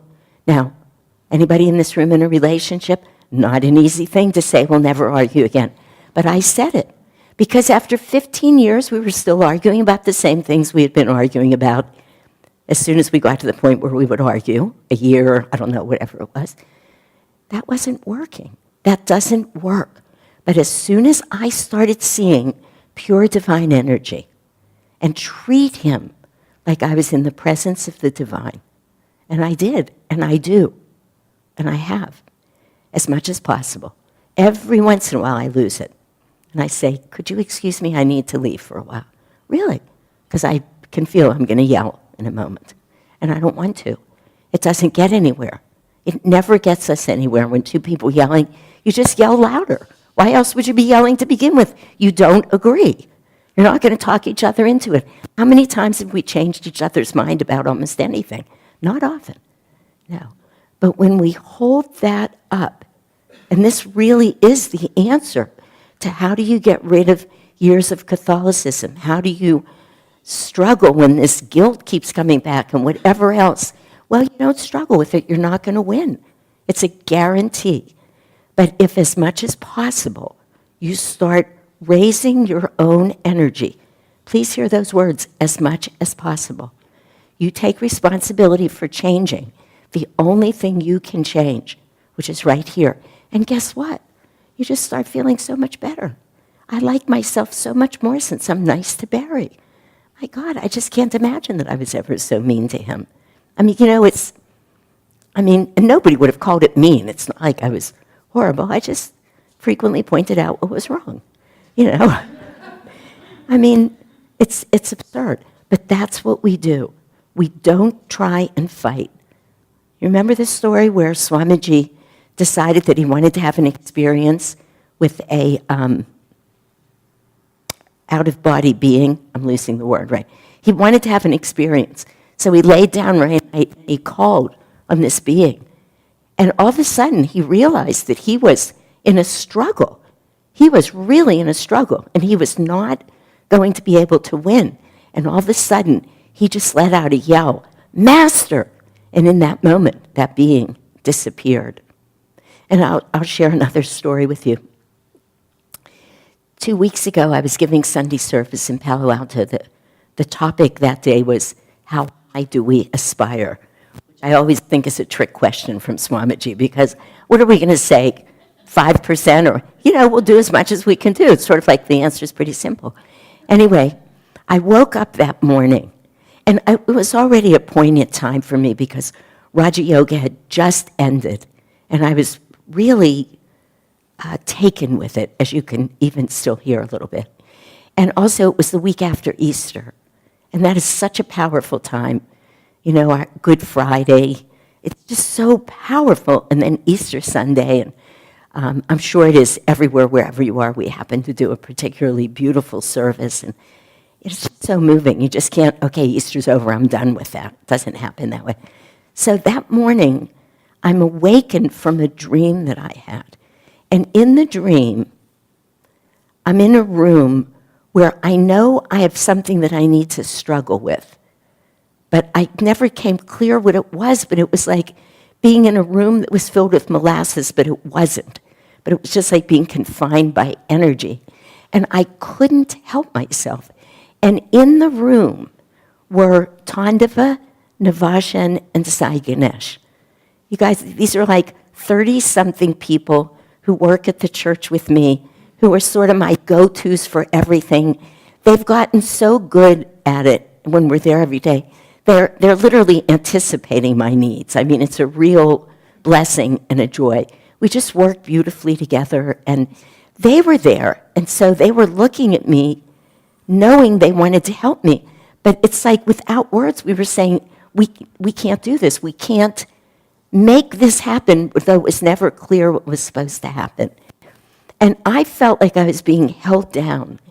And all of a sudden, through this thickness in this dream, comes this message: you forgot to ask God. So in my dream, I start saying, God, will you help me out here? And then the thought comes, Master, are you here? Swamiji, are you here? Just like this. And all of those tethers where they were held burst with these beautiful little sparkles of light. And one by one by one, they were released. I woke up from that dream. How high do we aspire? We have to remember to call on God. And it's surprisingly easy to forget. But we have to remember. We have to just try and solve the problem at the level of soul, not making ourselves crazy with it, just whatever is uplifting. The longer we just sit with the problem here, guess what? We get to sit with the problem there. That's exactly what happens. The other thing that I was asked about during this break was about grief, which is huge, because it's an experience unto itself. There's such a reality to it. Grief means we've lost something. And it's part of what we're experiencing in Palo Alto. Not that we've lost it, but even the potential thought of it. I know there's a lot of grief here. I know that. You have all been through a lot, and there's a lot of grief everywhere here because everybody's been through a lot. It's sort of like no matter what side of anything you're on, it's that way. It's not just us in Palo Alto. The people who own the property are suffering themselves in their own way. But you lose somebody that you love. It happens either precipitously or not. And it's not like you can change that situation. And this cannot be, I just parenthetically say to you, we do a really wonderful 8-week course on death and dying in Palo Alto, and it's beautiful. It's with all of our teachings, but the first hour of that class, it's a 6 to 9 class, is people just coming, who's ever coming to the class, and they just tell their story, whatever it is that goes on. And it's amazing how willing people are to share. It's very beautiful. We've had up to 30 people in this big circle and sharing, and just sharing, not trying to solve the problem because you can't. You can't change what it is that's happened. But there is a lot in just being able to talk about it. There's so much in just being heard and seen, which is something that many of us never get in this life, or rarely. That somebody actually listens to us and hears us and doesn't immediately either try and solve the problem or tell us, I'm so tired. I've been up for 2 nights in a row because there's been all these demands. And the person that you're talking to goes, I know exactly what you mean. And then they tell you what happened to them. Do you feel heard? Do you feel seen? Of course not. If somebody says, tell me about it, or let me hear more, or, wow, that must feel just really challenging. You feel heard and seen. And when they don't, they don't. When you are filled with grief, it's amazing how helpful it is just to have a place to be able to go where it can be about you and you can share that. It's also wonderful to have a place where you can go where you can share that, where people are bringing in the spirit of it all, the soul of it all, and sharing at that level, not just you yourself in your head, but to sit down with people who you trust, important to have your spiritual well-being in mind, who are not going to lecture you, but are going to hold it at the level of heart and soul. It's very healing. And then I would say these practices that we'll get to, writing different affirmations, writing your prayers to God. You know, in India, they have a ritual that when new murtis are going to be installed, murtis mean statues, right? But in India, they're not just statues. They do what they call an installation. And in that installation, which is a huge event often, the statue is instilled with the energetic essence of that being. So it's no longer just a statue of the Buddha. It is the Buddha. And that's what happens in India. That's why we see so many of them. They become the living presence of whatever aspect of the divine they're manifesting. But anyway, under that, they will put books filled with mantra. So you just write whatever you want to write in English, in Sanskrit. You know, Sri Ram, Jai Ram, Jaya Jaya Ram. I've written it millions of times, millions. When did I do it? When my heart was aching, when I couldn't clear my mind and meditate, when I didn't even feel that I could really talk to God. I would just sit and write. I would go to East West and buy these beautiful books because I wanted them to be pretty, and a pen that I love holding, and just write mantra or write prayers, and then know that they're going to be under these deities, or at Ananda when we've done these classes and we have had all of us write things, then we'll take them out and we'll do our purification ceremony. But we'll put whatever people want to put in the fire that they've just written and see it be transformed, because that's what fire does. That's what's so special about the third chakra. Nothing goes into a fire and comes out in the same form, except maybe a diamond. But I mean a diamond. Nothing else. Everything is transformed. And so things go in this third chakra of ours, from solid form, from earth, even from water. I mean, when you think of it, to fire, which is so freeing. So it is incredibly freeing. This is also why Swami said, build a bonfire in your mind every night before you go to bed and put things in the fire. I don't find that nearly as satisfying. I don't do that. I'm not a good in-the-mind kind of person. But if you give me a real fire, I love throwing things in it and watching them transform. It's freeing. It actually opens something up. So I don't want you to think at all that we've gotten lost here. This is the it that we came here to talk about. These are great questions, and they really do have very meaningful answers, even more. This is just some of it, but again, we have an hour later. So if you feel that you can ask your questions, then please do, because these teachings come out through them. But there are ways. They're not, even when it looks like there's nothing to do, how can I move this grief? Well, you know, it's very much like, I'll just close with this last little short story and then we'll go to lunch. One day, Swami Kriyananda came down to Palo Alto, and he, I forget what was going on there, but he came, and obviously whatever it was, we were doing more because he was there. But he got very, very sick, and he was in the upstairs bedroom of David and Asha's apartment at the time, really sick. I kept being told he's running a very high fever, everything's going on. He was supposed to give a talk that night outside on our green. So I finally said to Asha, do you think I ought to go see Swamiji? I mean, the physician in me, should I go? So she said, let me ask him. So she went upstairs and she said, Swamiji, Shanti's here, and she wonders, do you want her to come and take a look at you? And he said, yes, I would like that. He knew he was sick, but I'm sure he was probably, He could have even gotten sick just so I had an opportunity to put my hands on him. I always thought that, it was always about something other than what it looked like. Anyway, I went up. He was burning hot. So I said, Swamiji, we need to get your fever down. And I don't remember who all was there.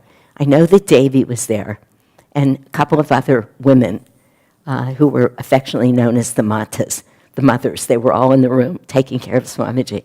I said, Swamiji, what we need to do is get your temperature down. So I said, what I'd like to ask is that a few people get cool rags, and we're going to put them on your head and the back of your neck. Because, that if you put them too much all over people, they shiver, and shivering raises the body temperature. So we didn't want to do that. So I tell him what we're going to do, and I said to him, how does that sound, Swamiji? And he's laying there on the bed. There's this pregnant pause, and then he says to me, ghastly, utterly ghastly. So I said to him, can we do it anyway? He says, just like this, if you must. So I felt like, the mother who had to inflict pain on the kid to get the kid better. I said, okay. So I told them 3 people got wet rags, and we brought his temperature down. So he was trying to sit up. I wanted to speak to him, but I remembered how angry he'd gotten at people. Not angry, not really angry, but what was the word I want? Very stern with truth, I'll say it like that. When people had tried to save him from having to do certain things, he didn't want to be saved from having to meet commitments or take a trip or whatever. So I said to him, Swamiji, whatever you want to do is fine, but if you decided that you just didn't think it was good for you or right for you, I said, to give this talk, I said, we'd all be fine. We'll go out, we'll have a great time, we totally understand. He comes to within like a couple of inches of my face. The guy was just half dead, right? I mean, seriously, it was like a limp rag. He sits up, he looks at me, he said to me, Shanti, I can't give this talk, but God can and He will. Just like that. It's like, whoa. He went out, he gave that talk. Nobody out there would have ever known he was sick. He went back up to bed and immediately got sick again. It was incredible. And it was this happened many years ago, you can hear it was such a lesson for me. I can't, but God can and He will. And we all need to remember that. That's always the truth. It's the truth about everything. We can remember it every moment, but if we can remember when we're struggling, it comes in very handy. God, I can't do this. Master, I can't sit here and not go out and be angry at that man, but you can. Help me stay here. Please help me. You do this. You change me. We have to remember to ask. That's what that dream was about. You forgot to ask God, Shanti. You're stuck. You forgot to say, hey, little help here? As soon as I did, all those tethers, we were all just released in the dream. So let's leave it there. We'll see you back here at 2 o'clock. We'll do some experiential stuff with prayer and affirmation, and then we'll have a Q&A. So have a great lunch. Everybody doing okay? It's a long, great, okay, well, perfect. Okay, we're all listening and learning. That's very good.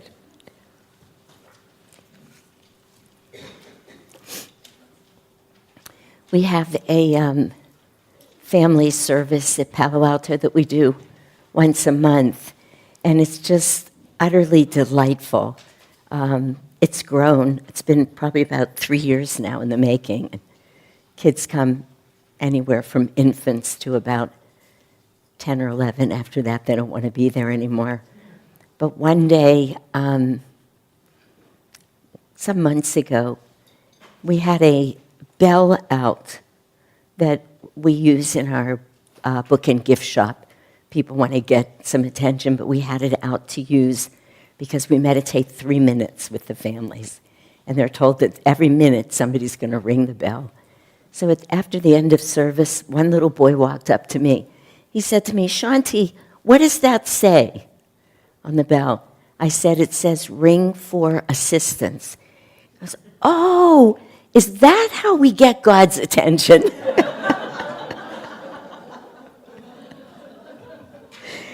They just say the cutest things, but it was just so perfect. I'd like to talk just for a little bit about prayer. I have spoken a little bit about it, but I'd like to do that a little more. Let me just say this first of all. I have about 8 more topics that I wanted to cover. Obviously, we're not going to get there. So now I'm just choosing them in some order that I'm allowed to choose that feels like the most meaningful before we end. I'll go until 3 o'clock. We'll stop. We'll have a Q&A. And then if there's any time and energy at the end, we can talk about other things. The other things are meaningful. They're about commitment, about devotion. Really, devotion's about as important as it gets, things like that, all these topics. But let's talk a little bit about prayer and affirmation, and then we'll see what, if anything else. We're just not going to get to it all today, but it's okay. It's as much the energy as the words. So we all know that things go, I think many of us do, let me not assume, but from a causal plane, which is a plane of thought, cosmic thought, apply a little bit of energy behind that thought, and things manifest energetically in the astral plane, which is literally just that, a plane where things exist much more clearly on an energetic level. I'm telling you this only because I've been taught this. I don't remember my time on the astral planes right now. And then that energy is manifested onto the physical plane. And it's very much like that. I didn't say this before, but I just want to share this with you. It's so hard for the rational human mind to grasp some of these thoughts. Eventually, like I was telling last night, many of these stories that are miracles. And again, you either heard them or you'll listen, but and I can't remember now if I said it last night or today. It must have been last night, because Pooja was here, about my spiritual teacher telling me, I'm going to just die here for a little bit. Don't worry, don't try and resuscitate me. My heart and lungs are going to stop, but I'll come back. And lo and behold, 55 minutes later, he did. It's exactly what happened. You just live through enough of those, and I have my own list of them now that have happened, and I'll bet many people, other people here do too. But you live through them, and you begin to get that what we see is not all there is. That things are going on other planes and in other dimensions that we're not seeing or smelling or tasting or feeling. They have nothing to do with this sensual world that we're living in. And eventually you just start getting it. And the more you get it, the more you open to it, the more you see it. So for many years now, there's been the ability to do what's called Kirlian photography, which is literally taking pictures of things in their energetic form. And so we now know that if you take a leaf and you take a picture of it, you see the leaf and you see its energy pattern behind it. And if you cut off a piece of that leaf and you lay it there, and with Kirlian photography, you take a picture, you still see the whole leaf. Nothing's happened. It's now no longer manifested in the physical plane, but it still exists in its energetic form as a leaf. And that's how we are, and then we manifest these bodies, and that's how really everything is that exists on the physical plane. But it matters a lot when we go to use some of these techniques that we're holding those concepts and we understand all of these possibilities. This is how we get back to, so we're out here in the physical world, but we back up to this more energetic place, even just there. Let's say we're going to forget about samadhi for now, but we're just talking about things on an energetic plane, that we can back up and work on that energetic level. So Swamiji teaches us about affirmation and prayer by saying to us that words are just crystallized thoughts. Came as a thought, it existed as energy, it gets manifested into words. But words have enormous power because of that, because we can change our energy with them, or we can change somebody else's energy with them. You say something pretty nasty to somebody, they absorb that energy, and it literally affects them at their energetic level. It's very powerful. Or even when we think about thoughts that we have about other people. Now, of course, most of us aren't going to be able to stop that completely, but awareness precedes action and transformation. So at least if we develop an awareness of the fact that what we think, we become. It's a very meaningful concept to hold on to because, let's face it, we're thinking all the time. I forget the figure of how many thoughts go through our mind in a minute or an hour. It's just mind-blowing that we're thinking that much, and every one of those thoughts is having a huge impact on who we are. And the more we can train our thoughts, train our mind to be doing that which is positive, that which will free up energy, not that which is negative, constrictive, judgmental, doubting, all of that, which we all do, of course. But the more often we catch ourselves and begin to think and feel otherwise, and the truth is we do this in conscious ways and unconscious ways. We go to a kirtan and we sit there for an hour and a half with a lot of chanting and a little bit of meditation. And when we walk out, we're probably not in the same frame of mind as we were when we walked in. So every time we bring ourselves to something like this, we're hearing these thoughts, we're sharing these thoughts, we're communicating with each other over lunch, hopefully about things that continue to be uplifting. We are really in the process of transformation. It's just that simple. But it's always going on. We can either live consciously or unconsciously. I didn't say this last night, but that's really what wellness is, the opposite of living unconsciously. It's just getting conscious about more and more things. So, in those moments, doesn't have to be when we can't meditate. I just spoke about that before lunch. But when we pray, what we're doing, we're talking to God.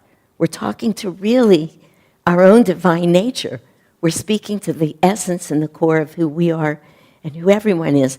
And as we do that, with each word that we offer, each thought that we offer, each prayer, but even in the festival that just came to me, that beautiful line that, let me just see how it starts. Does it say a prayer goes up? The last two words, in wordless yearning. Wordless yearning, it's such a powerful 2 words. So it's beyond words. You know, it's the heart's desire is really what prayer is. So prayer has a tremendous ability to change our consciousness. We don't have to know that's what it's doing. We don't have to think that's what it's doing. We don't have to figure it out logically. In fact, it's way better if we don't. But we want to be raising our consciousness. So just talking to God, just putting down words that we would communicate with God it has a powerful impact on us. And prayer says, in whatever ways we choose to say it, or feel it, or think it, I want you.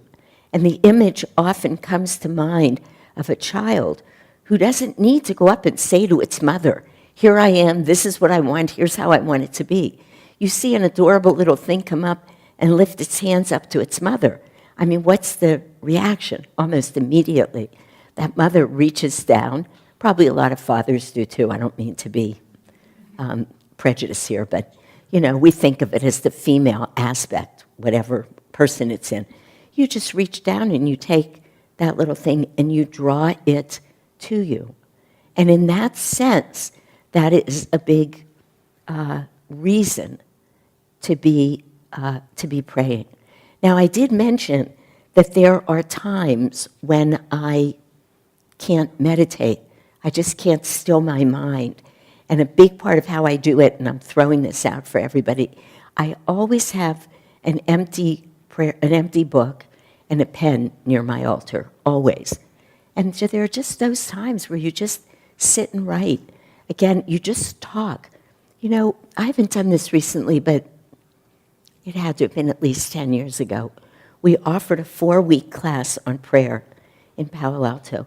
And I have to admit, I was very surprised at how many people came because they had trouble praying. They kept saying, but I don't know how to pray. And it threw me kind of, because for me, it's just, I hate to say this, maybe it is my Jewish background. We just talk so much. So what's the natural thing to do with God? You just talk to God. You just say anything. It doesn't matter. You talk as if you're speaking to your best friend. That's all you do. You just write. You don't always even have to be asking for anything. You can just be saying, I'm here. I love you. I love feeling you close. Come and do this with me. Let's go here together. Let's go there together.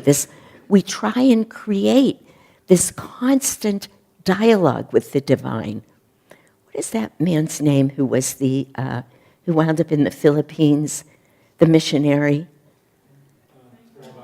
Frank Laubach, yeah, who wrote a book. He went over there and he started doing like the practice of the presence of God, that same kind of thing, until he got to the point where really all of his waking hours he was just in a constant dialogue with God. And there was somebody who knew somebody at Ananda, so I think it was Daya, who's now in India, like a relative of hers who had been with Frank Laubach, and they said, when you just sat down with him, you just felt like you were in the presence of somebody who was just carrying on a constant conversation with God. That's, in a way, the goal, as much as possible, to remember to just keep talking to God. I spoke before about asking God for help, but in a way, it's different. It can be the same because prayers can be that. But to do it as much as possible, knowing that we're changing our consciousness as we do it. So I thought it might be a nice idea just to take a little time. Everybody has a piece of paper and a pen, and just as a way of being more inside instead of just listening to me right now more, to just let's take 10 minutes maybe. I'll just let you know when we're getting near the end. And write a prayer, write something that you'd like to share with God, ask of, whatever you want to do. If you want to write mantra, but I think beginning to create a dialogue is a good practice. So let's just take some time and do that.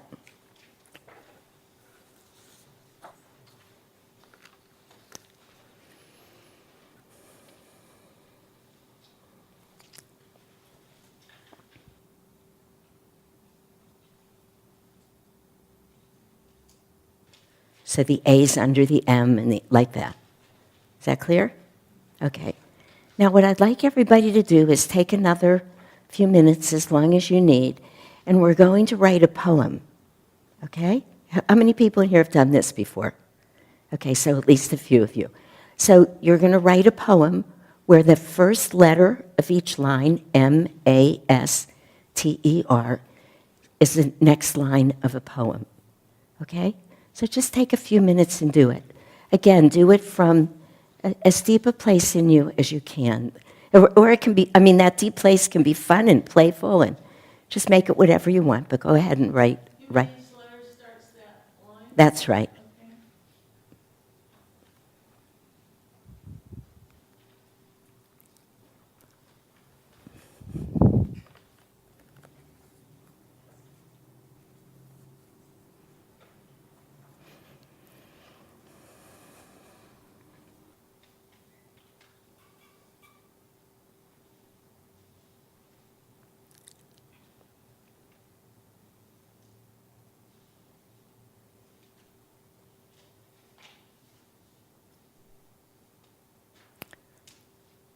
Swami Kriyananda said about Bharat, who probably most of you know.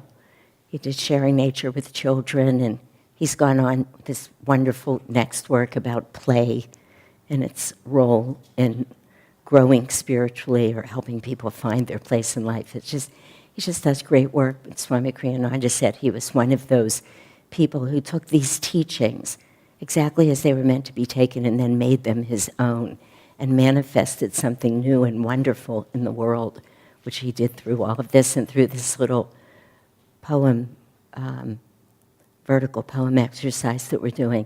I'm going to ask a few of you to come up and read your poem. I'm not going to call on people. I'm going to ask for volunteers. But I just wanted to say a couple of other words about prayer first.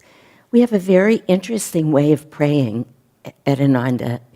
And you know, so many of our prayers, like the prayer that we say at the end of Sunday service, I don't know if you do up here, may thy love shine forever on the sanctuary of our devotion, and may we be able to awaken thy love in all hearts. If you don't say that every week, probably many of you have heard it. Master said at one point, or Sri Yukteswar said to Master, I think Master said it, this is a prayer that you can pray that God can definitely hear. So we've been given these exact words even, including Heavenly Father, Divine Mother, Friend, Beloved. It's just a way of saying God is really everything. He's in everyone and in everything. It's not Heavenly Father, Divine Mother, Friend, Beloved, God. It's Friend, Beloved, God. It's really to be said that way. And if you say it that way and feel it, and you realize that you're reaching out into the cosmic universe, this cosmic consciousness, for every need and through every one, it becomes a much more meaningful experience. And the other thing I wanted to say is when we pray, and you know, Master taught us, again, I'm sure everybody knows this, it's the whole beginning of Whispers from Eternity that says, don't beg for anything when you pray. And he tells us, this is like our Father. We wouldn't beg from our Father because everything our Father has is really already ours. But at some point, he says, begging has no magnetism. It's a very powerful statement when you think about it. So the whole idea of going to God, coming into prayer with righteous prayers, I'm here and I want you to listen.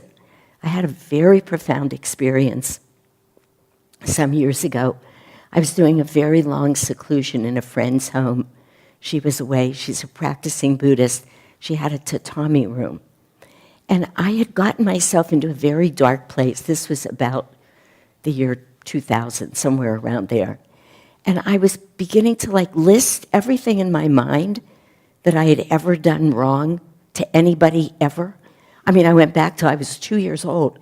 It became an obsession. Over 3 days, I was making these long lists. I was mean to this person. I was mean to that person. I did this. I lied. Like the quintessential confession of a Jewish woman. It was really not good. And so that was right before I was thinking about moving into the community. All of this was happening. I was asking myself if I was worthy to move into the community. So I went into her tatami room, and I said to God, I'm going to sit here, and I'm going to pray, and I'm going to wait for you to answer me. And I don't want any riddles, I told God. No confusion here. You just send me an answer so it's clear. And I'm not moving. I'm not going to eat. I'm not going to drink. This is what I told, I'm telling God all this. And I sat. And at 2 hours, I reminded him I was there. And at 4 hours, this is a true story, 12 hours. 12 hours I was sitting there.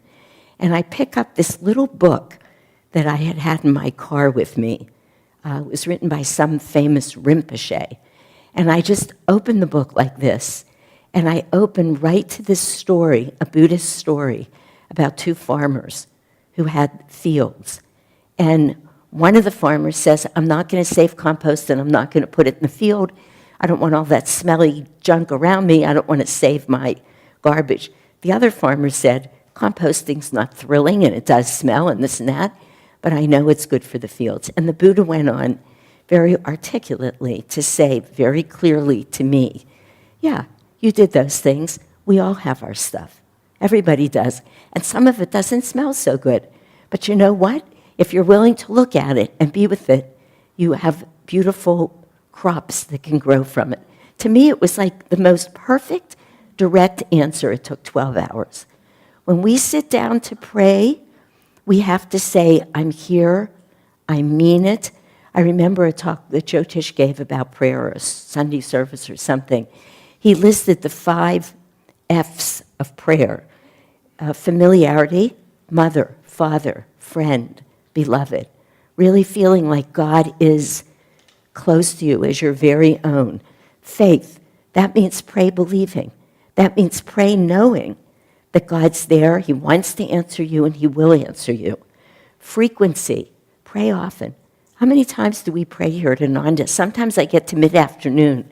I've already led 6 prayers. You know, you start meditation, you end meditation, you start a meeting, you pray over your food, you just keep going. We do tend to pray a lot, and it's wonderful. It's a conversation, a discussion. Joe just said, pray with fervor. You know, don't be afraid. I don't know what you just wrote. I'm not going to ask anybody, of course, to read their prayers. But to demand God's attention. Hey, I'm here. I want your attention. I mean this. I'm serious. I'll die here if I have to. That's what I was saying. You have to tell me what is next in my life. And then the last one is follow Master, which really means that when we pray, we're saying, thy will, not my will. That we're going to hear the answer as open-heartedly as we can that's for us, not just what we want. Sometimes we don't get the answer we want, but there will always be an answer if we're open to it. So I just wanted to add those things again. There's a lot more to say about prayer, but right now let's have a little fun. It's after lunch, and we're all fading a little bit. Anybody want to come up and read their poem? I would like a few people to. So somebody just say yes. Okay, there you go.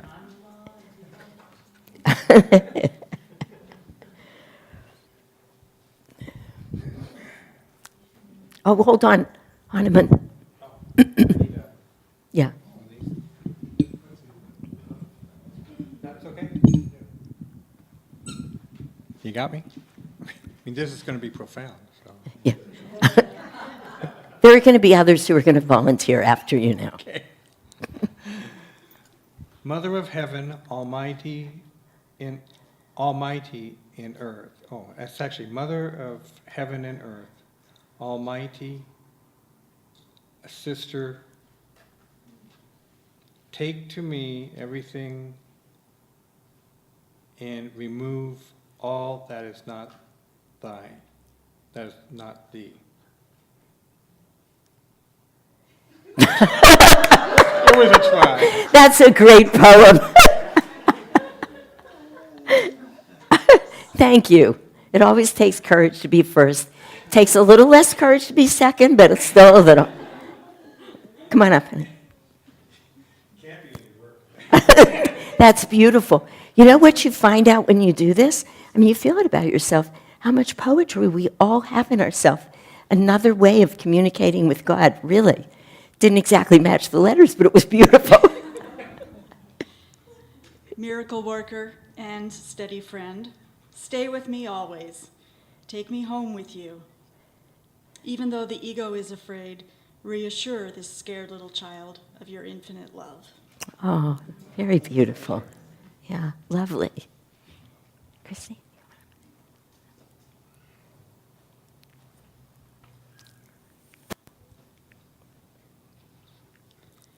May my heart be centered in thee. As I live to sing thy glory, sing through me, that all who hear enter thy kingdom, residing in thy love. Beautiful. What a perfect poem for you. Very beautiful. Yeah.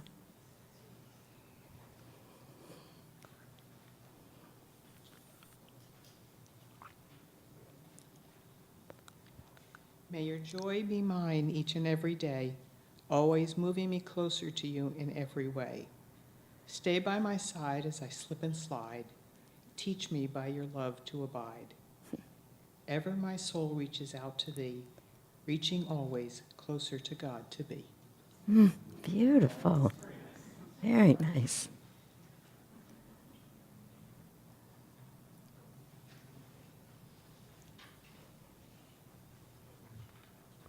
Just to reassure Hanuman.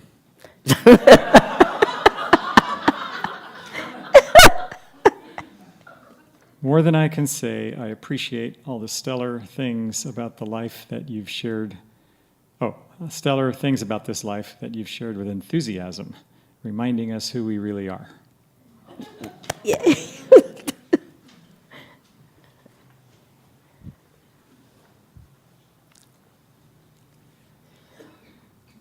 Mind, attachments, sensory dependent. Trust arises, enveloping quiet, revelation. Oh, beautiful.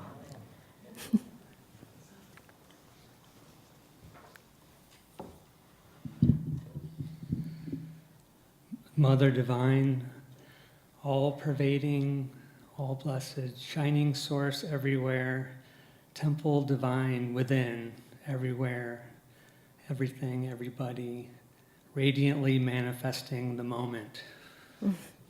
Very nice.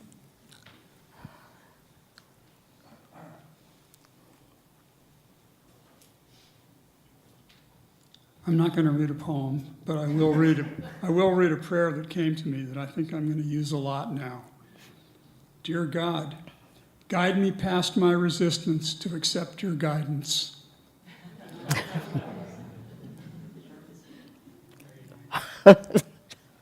That's easy enough for us all to remember and use. Beautiful. May my heart be open and every thought be pure. Send thy guiding light that every step be sure. Ease my anxious feelings, reveal thy timeless cure. It's beautiful.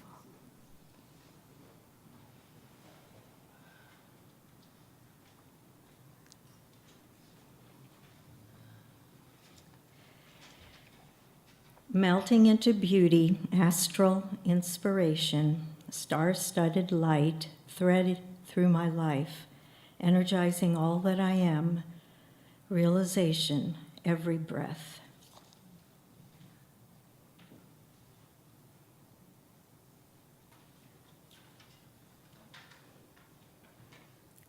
Mine's kind of different. More imagery. Meows and mornings. Afternoons infused with coffee. Sundays are long. The weeks race in slow progression. Every month another page turned. Reveal a life moment by moment, lived to find thee. Oh.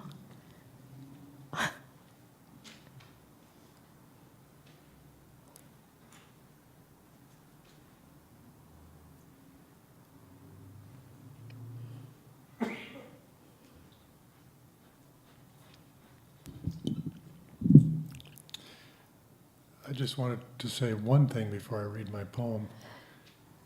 No matter how deep you think you've ever prayed, or however big of a situation you find yourself in, you can always pray deeper.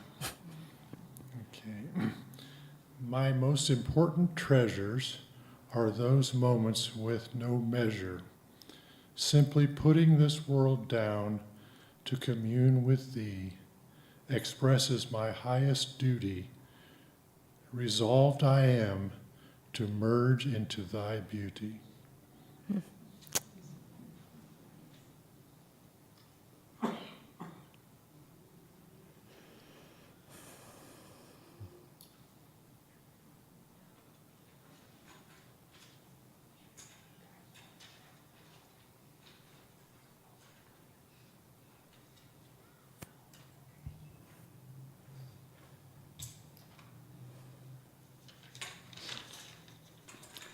my beloved who came to me always, no, not always, sorrow and suffering when I lost thee. Thou art here with me now at the end of life. Easter resurrection. It's sort of autobiographical, and ending with the resurrection. Yay. That was a beautiful thing to find.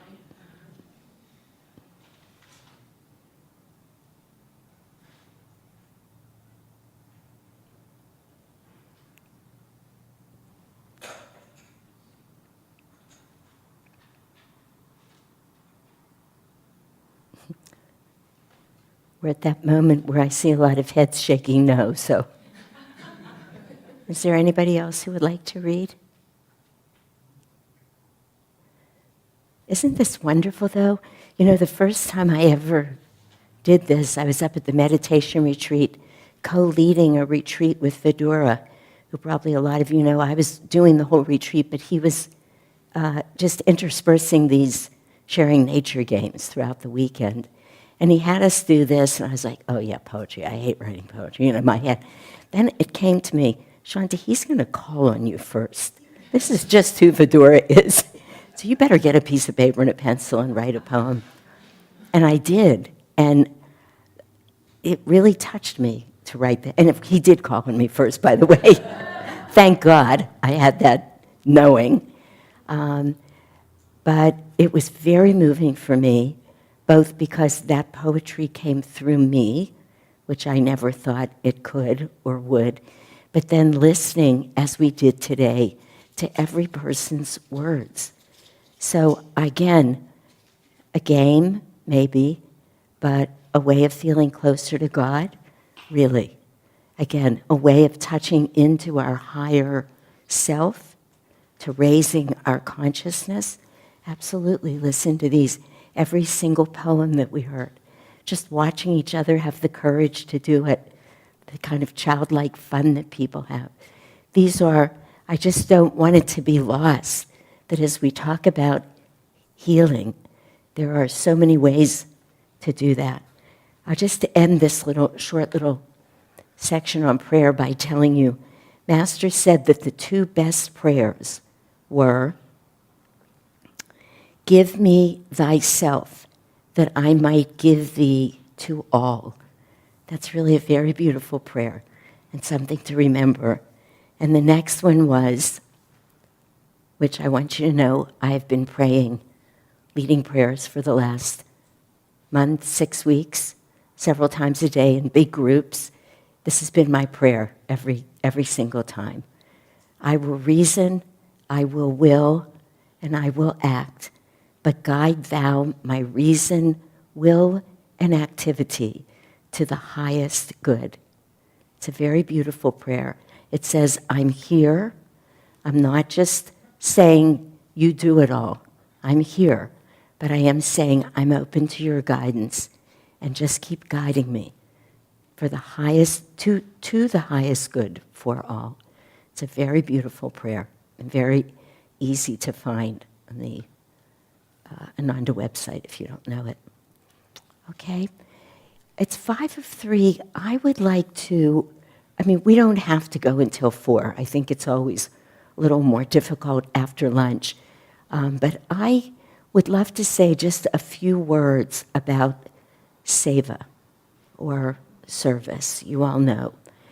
I think in all of the years that I've been on the path in this life, I can say that serving others has been the thing that has helped me transform the most, helped me through my most difficult times, helped me find the most joy. I could just go on and on. Whenever we feel stuck with a feeling, stuck not knowing how to move forward, stuck with a decision that we're trying to make, I can pretty much guarantee that if you go out and start doing something for somebody else, that it's going to help you get unstuck. Many years ago, I worked in a medical clinic. This is a story that just popped in. I haven't thought of this for years, but That's how these stories go. In the San Mateo County Medical Hospital system. So we were seeing everybody who was uninsured, and these people they're really living rough lives. I mean, many of those people were you couldn't even become a patient there if you made $25,000 a year or more. I think that was for a family of 3 or something. I mean, real poverty level. Again, this is in the Bay Area. Take yourself out of Portland, whatever it is, but where a one-bedroom apartment is $3,000 a month minimum, and these people are making no money. And, many of them have come from other countries. They just can't get their feet on the ground. And this man came in to see me who was an insulin-requiring diabetic. He had heart disease. He had diabetic sores on his legs. The guy was a mess. And I just am sitting there thinking, what am I going to do with him? I mean, I talked to him about all the medical stuff, but I really prayed, what does he need to hear? So I said to him,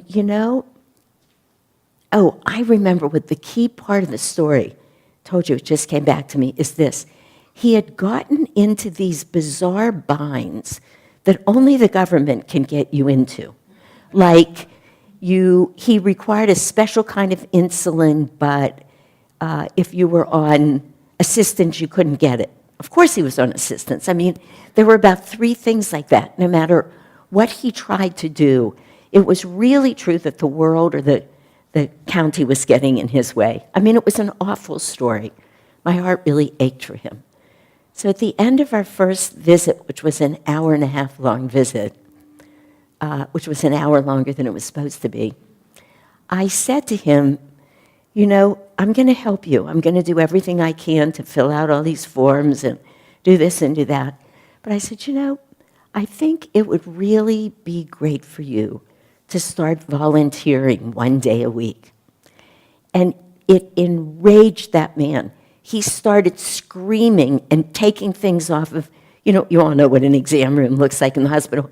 The glass thing that holds the tongue blades, he's smashing it and ripping the ear and mouth, the otoscope and laryngoscope off the wall. And I mean, like that, really violence.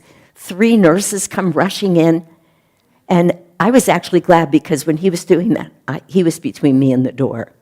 But I just moved towards the door and I put him where I was. And I said to them, leave us alone.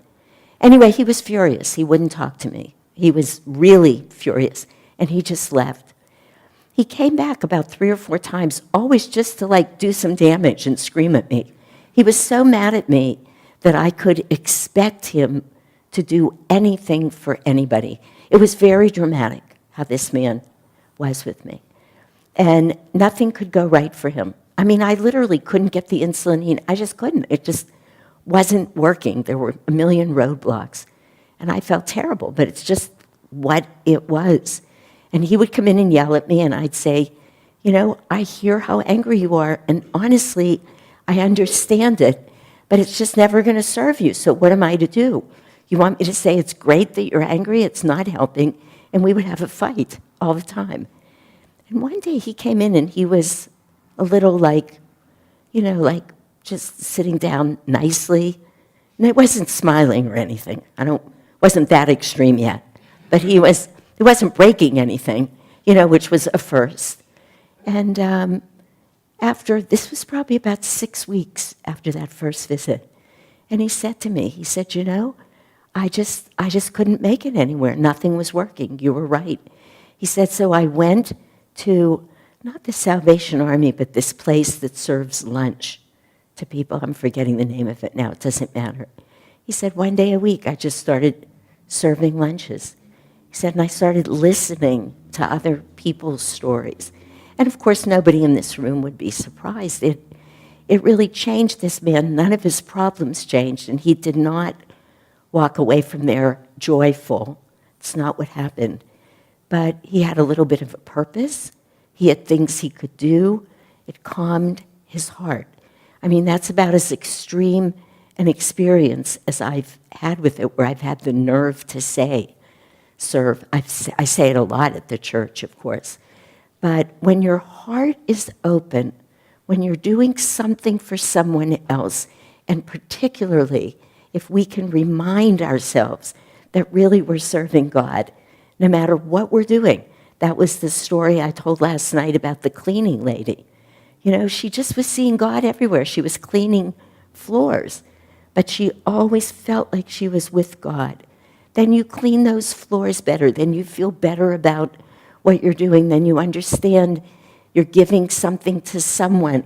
She said to Elizabeth Kubler-Ross, I'm just a cleaning lady. But she wasn't at all just a cleaning lady. And she was beginning to know that. It changes us from the inside out. It's a really, again, I think we all know it, but it's so worth spending time with again. When you're stuck and you can't figure out what else to do, how else am I going to help myself? Go out and find something to do that's really serviceful. Anything, whatever it is. Again, it's very hard to keep your heart contracted when you're doing that. And I'm not going to talk about devotion today. We've all heard about it a lot. But as Sri Yukteswar said, we cannot put one foot in front of the other on the spiritual path without developing the heart's devotion. We have to open the heart. We really have to open the heart so that God as love can flow through us. And I don't think there's anything that'll do that for us more easily and in a more guaranteed fashion than being of service, just when we're our most tired. And in the way that we were talking about with, I can't remember what examples I was saying to, writing prayers, when you can't do anything else and you write prayers or you write mantra, or you just go out for 2 hours and you clean the walkway at the church. I mean, it doesn't matter what you do, but it allows energy to begin to move. So that which was stuck, because remember, energy doesn't know it's supposed to be of a particular form. It's everything. So in whatever way we're stuck, it's like the generic medicine.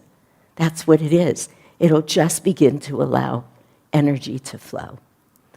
So I think that's all I'm going to say today. I mean, that I have planned to say. I have many more pages here, but I think we've all absorbed about as much as we can.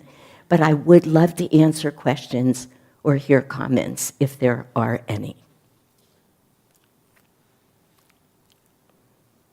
Surendra.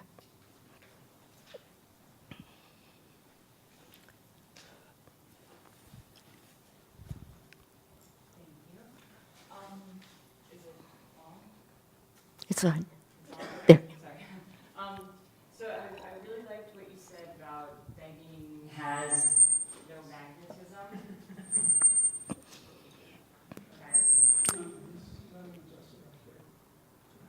Okay.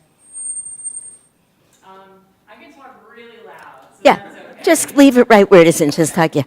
I was wondering if you are familiar at all with Christian Science, which is the religion that I was raised in, and we were taught instead of asking for things and assuming that God would be giving us things, instead it's similar to how we meditate at Ananda and think about just all the wonderful qualities of God and try to get to that next level of understanding. And anyway, it sounds like a lot of what you were talking about today kind of fell in line with Christian Science beliefs. Is that something?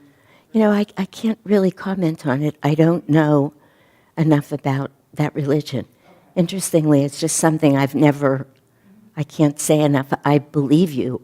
If it feels similar, it probably is. So I don't know what the basis of it is, but if it's a true religion, meaning it stems forth from true teachers, then it's going to sound very similar. Because, as the saying goes, whoever said this, truth is one, paths are many. And so I think, that's, yeah. And I'm glad that it's resonating for you. That I would say too, yeah. Anybody else? Any questions or comments? Yes, Surendra.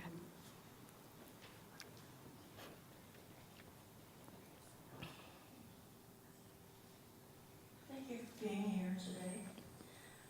And your wisdom. You spoke earlier about how meditation can help with illness and cure illness. But I have a question about that. And it's a little confusing to me because sometimes I think that illness is a call to God, is a call from God to pay attention, to start looking back to God. Sometimes illness is healed, sometimes it's not. Sometimes we bring it on ourselves, maybe from this life or past lives. But I guess I'm just wondering what is that? What is that? Why is it that sometimes we are cured, or sometimes we're not? Sometimes we have to live with an illness for a long period of time. What does that mean? You know, these are really very hard teachings to absorb, I think. The answers are, in many moments in our lives, inadequate. I mean this really. I mean, I will make an attempt to answer you, but one of the big problems is we are trying to come up with the truth and offer it to a logical mind. And truth, you know, some of the answers to these questions, this is why word has it, that when somebody asked Buddha, why did God create the world and all this suffering to begin with? Buddha's answer was, the mind that asked that question could never understand the answer. He wasn't simply being insulting. He was saying, because most of us are still approaching life in this world from a logical mind perspective, all of us, it's very hard. We have to find ways to have an experience that shows us the truth that bypasses the mind, because the mind's going to wreak havoc with it. It's going to talk you into things, out of other things. It creates doubt. It asks these really virtually impossible questions of us. And I know as I'm saying this that it's very unsatisfying to hear. But I want to say to you, when we are born again, we come in with a blueprint, a literal blueprint. We don't have to stick to it 100%. But if we don't live consciously, it will drive our lives. And it's some combination of a child is born with horrible birth defect. I mean, who can make any sense of that? Or just the kind of things you're speaking of. You know, you have this illness. An illness is always a call to awakening, always. And we've always, I'm going to use your words, though they're a little hard for me in a way, but quote unquote, brought it on ourselves by actions in our past lives. So they're driving us energetically, creating their own magnetism to have those experiences. But we don't have to live out the whole blueprint as it is. So it's a call to awakening. That does not necessarily mean that we're all going to make it in this life to be perfectly well. But one of the things that I keep saying, that I know this to be true, that's all I can say. The path from where we are to God is not really a straight line, but let's imagine it is. And we're all on that line. We're all on the path, but we're all not standing in the same place at the same time. We've made more or less progress in various areas. And whatever it is that we can learn through an illness, through a death, through a marriage that's gone awry, through the loss of things in the world.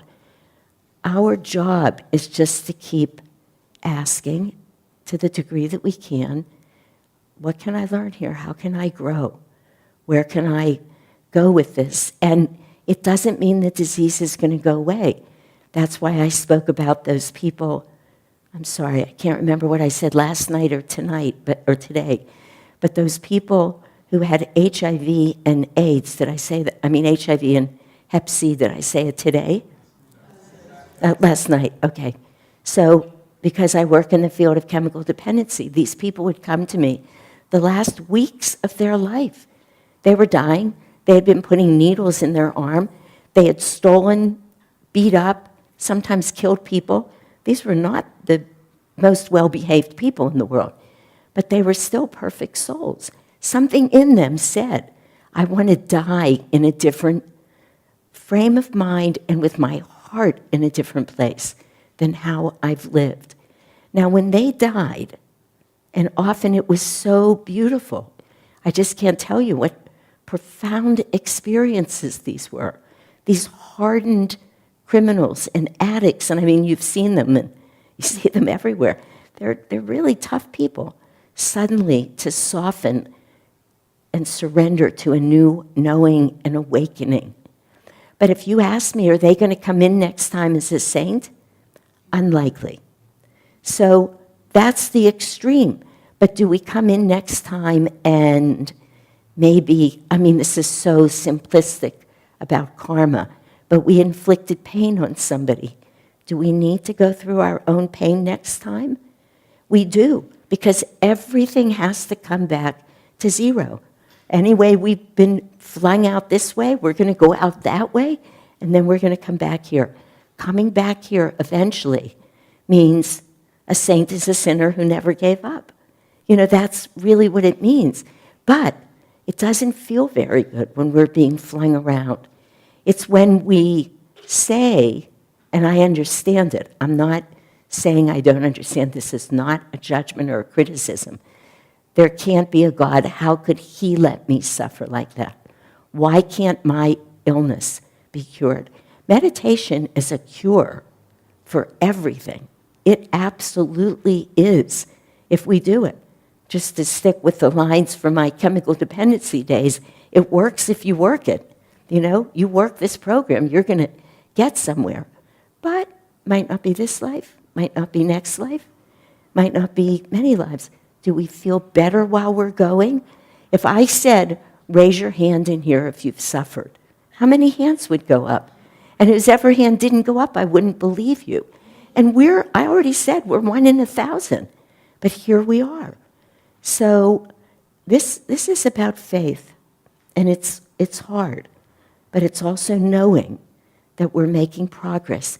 If we're really here, if we come to Sunday services, if we chant, if we do our best to meditate or to write our prayers or write mantra, we're growing. And life really does get easier and easier. Because even when we're suffering, it's easier. Does that in any way? It's an inadequate answer for you. No, I'm just processing your words. Okay, fair enough. Yeah. I know this is very hard. That's why I don't feel apologetic about it, but I feel, you know, I mean, because I can feel where you're at. I don't know any of your specifics, but it doesn't matter. It's like, how could we be trying to do all this and still suffer? And probably most of us in this room will suffer more.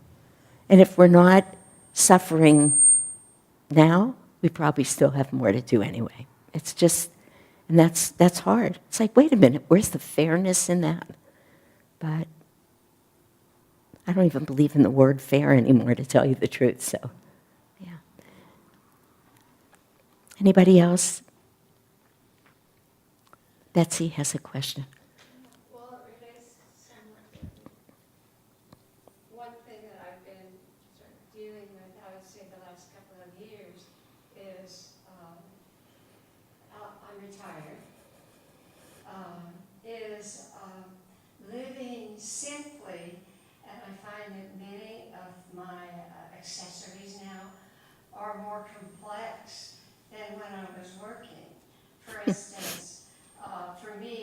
the cell phone has been a leap of, it's a long leap. And now I have a more complex car than I did. I mean, they seem like such, in a way, I tell myself, well, this is very mundane. And it isn't, because they're things, they're tools that you have to use every day. Yeah, it's true. And some few family things, but I just find it such a challenging paradox that we're asking ourselves to live not simplistic, but simple lives in the profound ways you've been talking about the last couple of days. In this world that's so high tech and it's like just every day sifting through all Yeah. this, even politically, if you want to go that far. Yeah. So I just wondered if you had any comments about, it's more in the realm of the psychological, probably. Yeah. You mean beyond I agree or I understand? In a way, I really mean that because, we don't drive cars anymore. We drive computers. And it takes a long time to learn your car. It's really weird. And sometimes things happen and you don't know how to get out of it. I mean, it's just, what can I say? We're living in an age of energy. I agree with you. But I think, this is why Master spoke so clearly and in a loud voice about going north, south, east, and west to find communities of high thinking and simple living, because he could see what was coming. But here we are in the world, and I empathize with you. I mean, I really do. I have to be on computers, and I have to be doing things that are not, it's not like you watch these. I can give my granddaughter, my cell phone or computer gets into trouble, I can hand it over to my 10-year-old granddaughter and know she's going to make more sense of it than me. It's like their wiring is being changed, really. But there we are.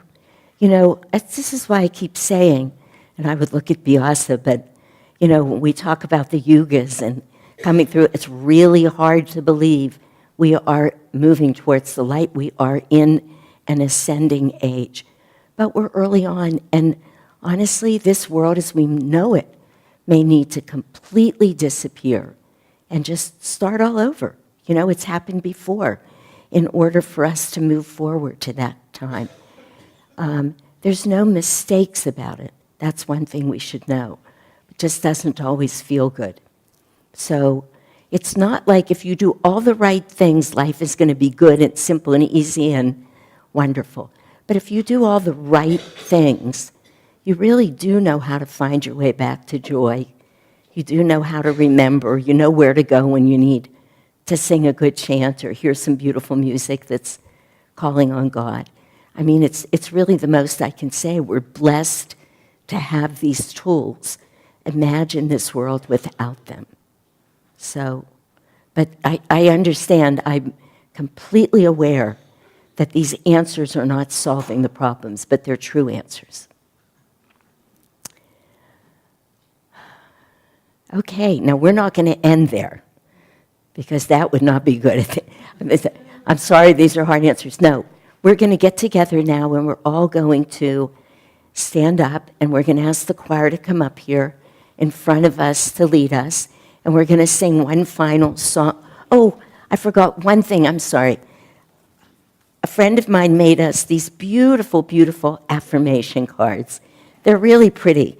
There are sets of 8, so some of you will get the same one.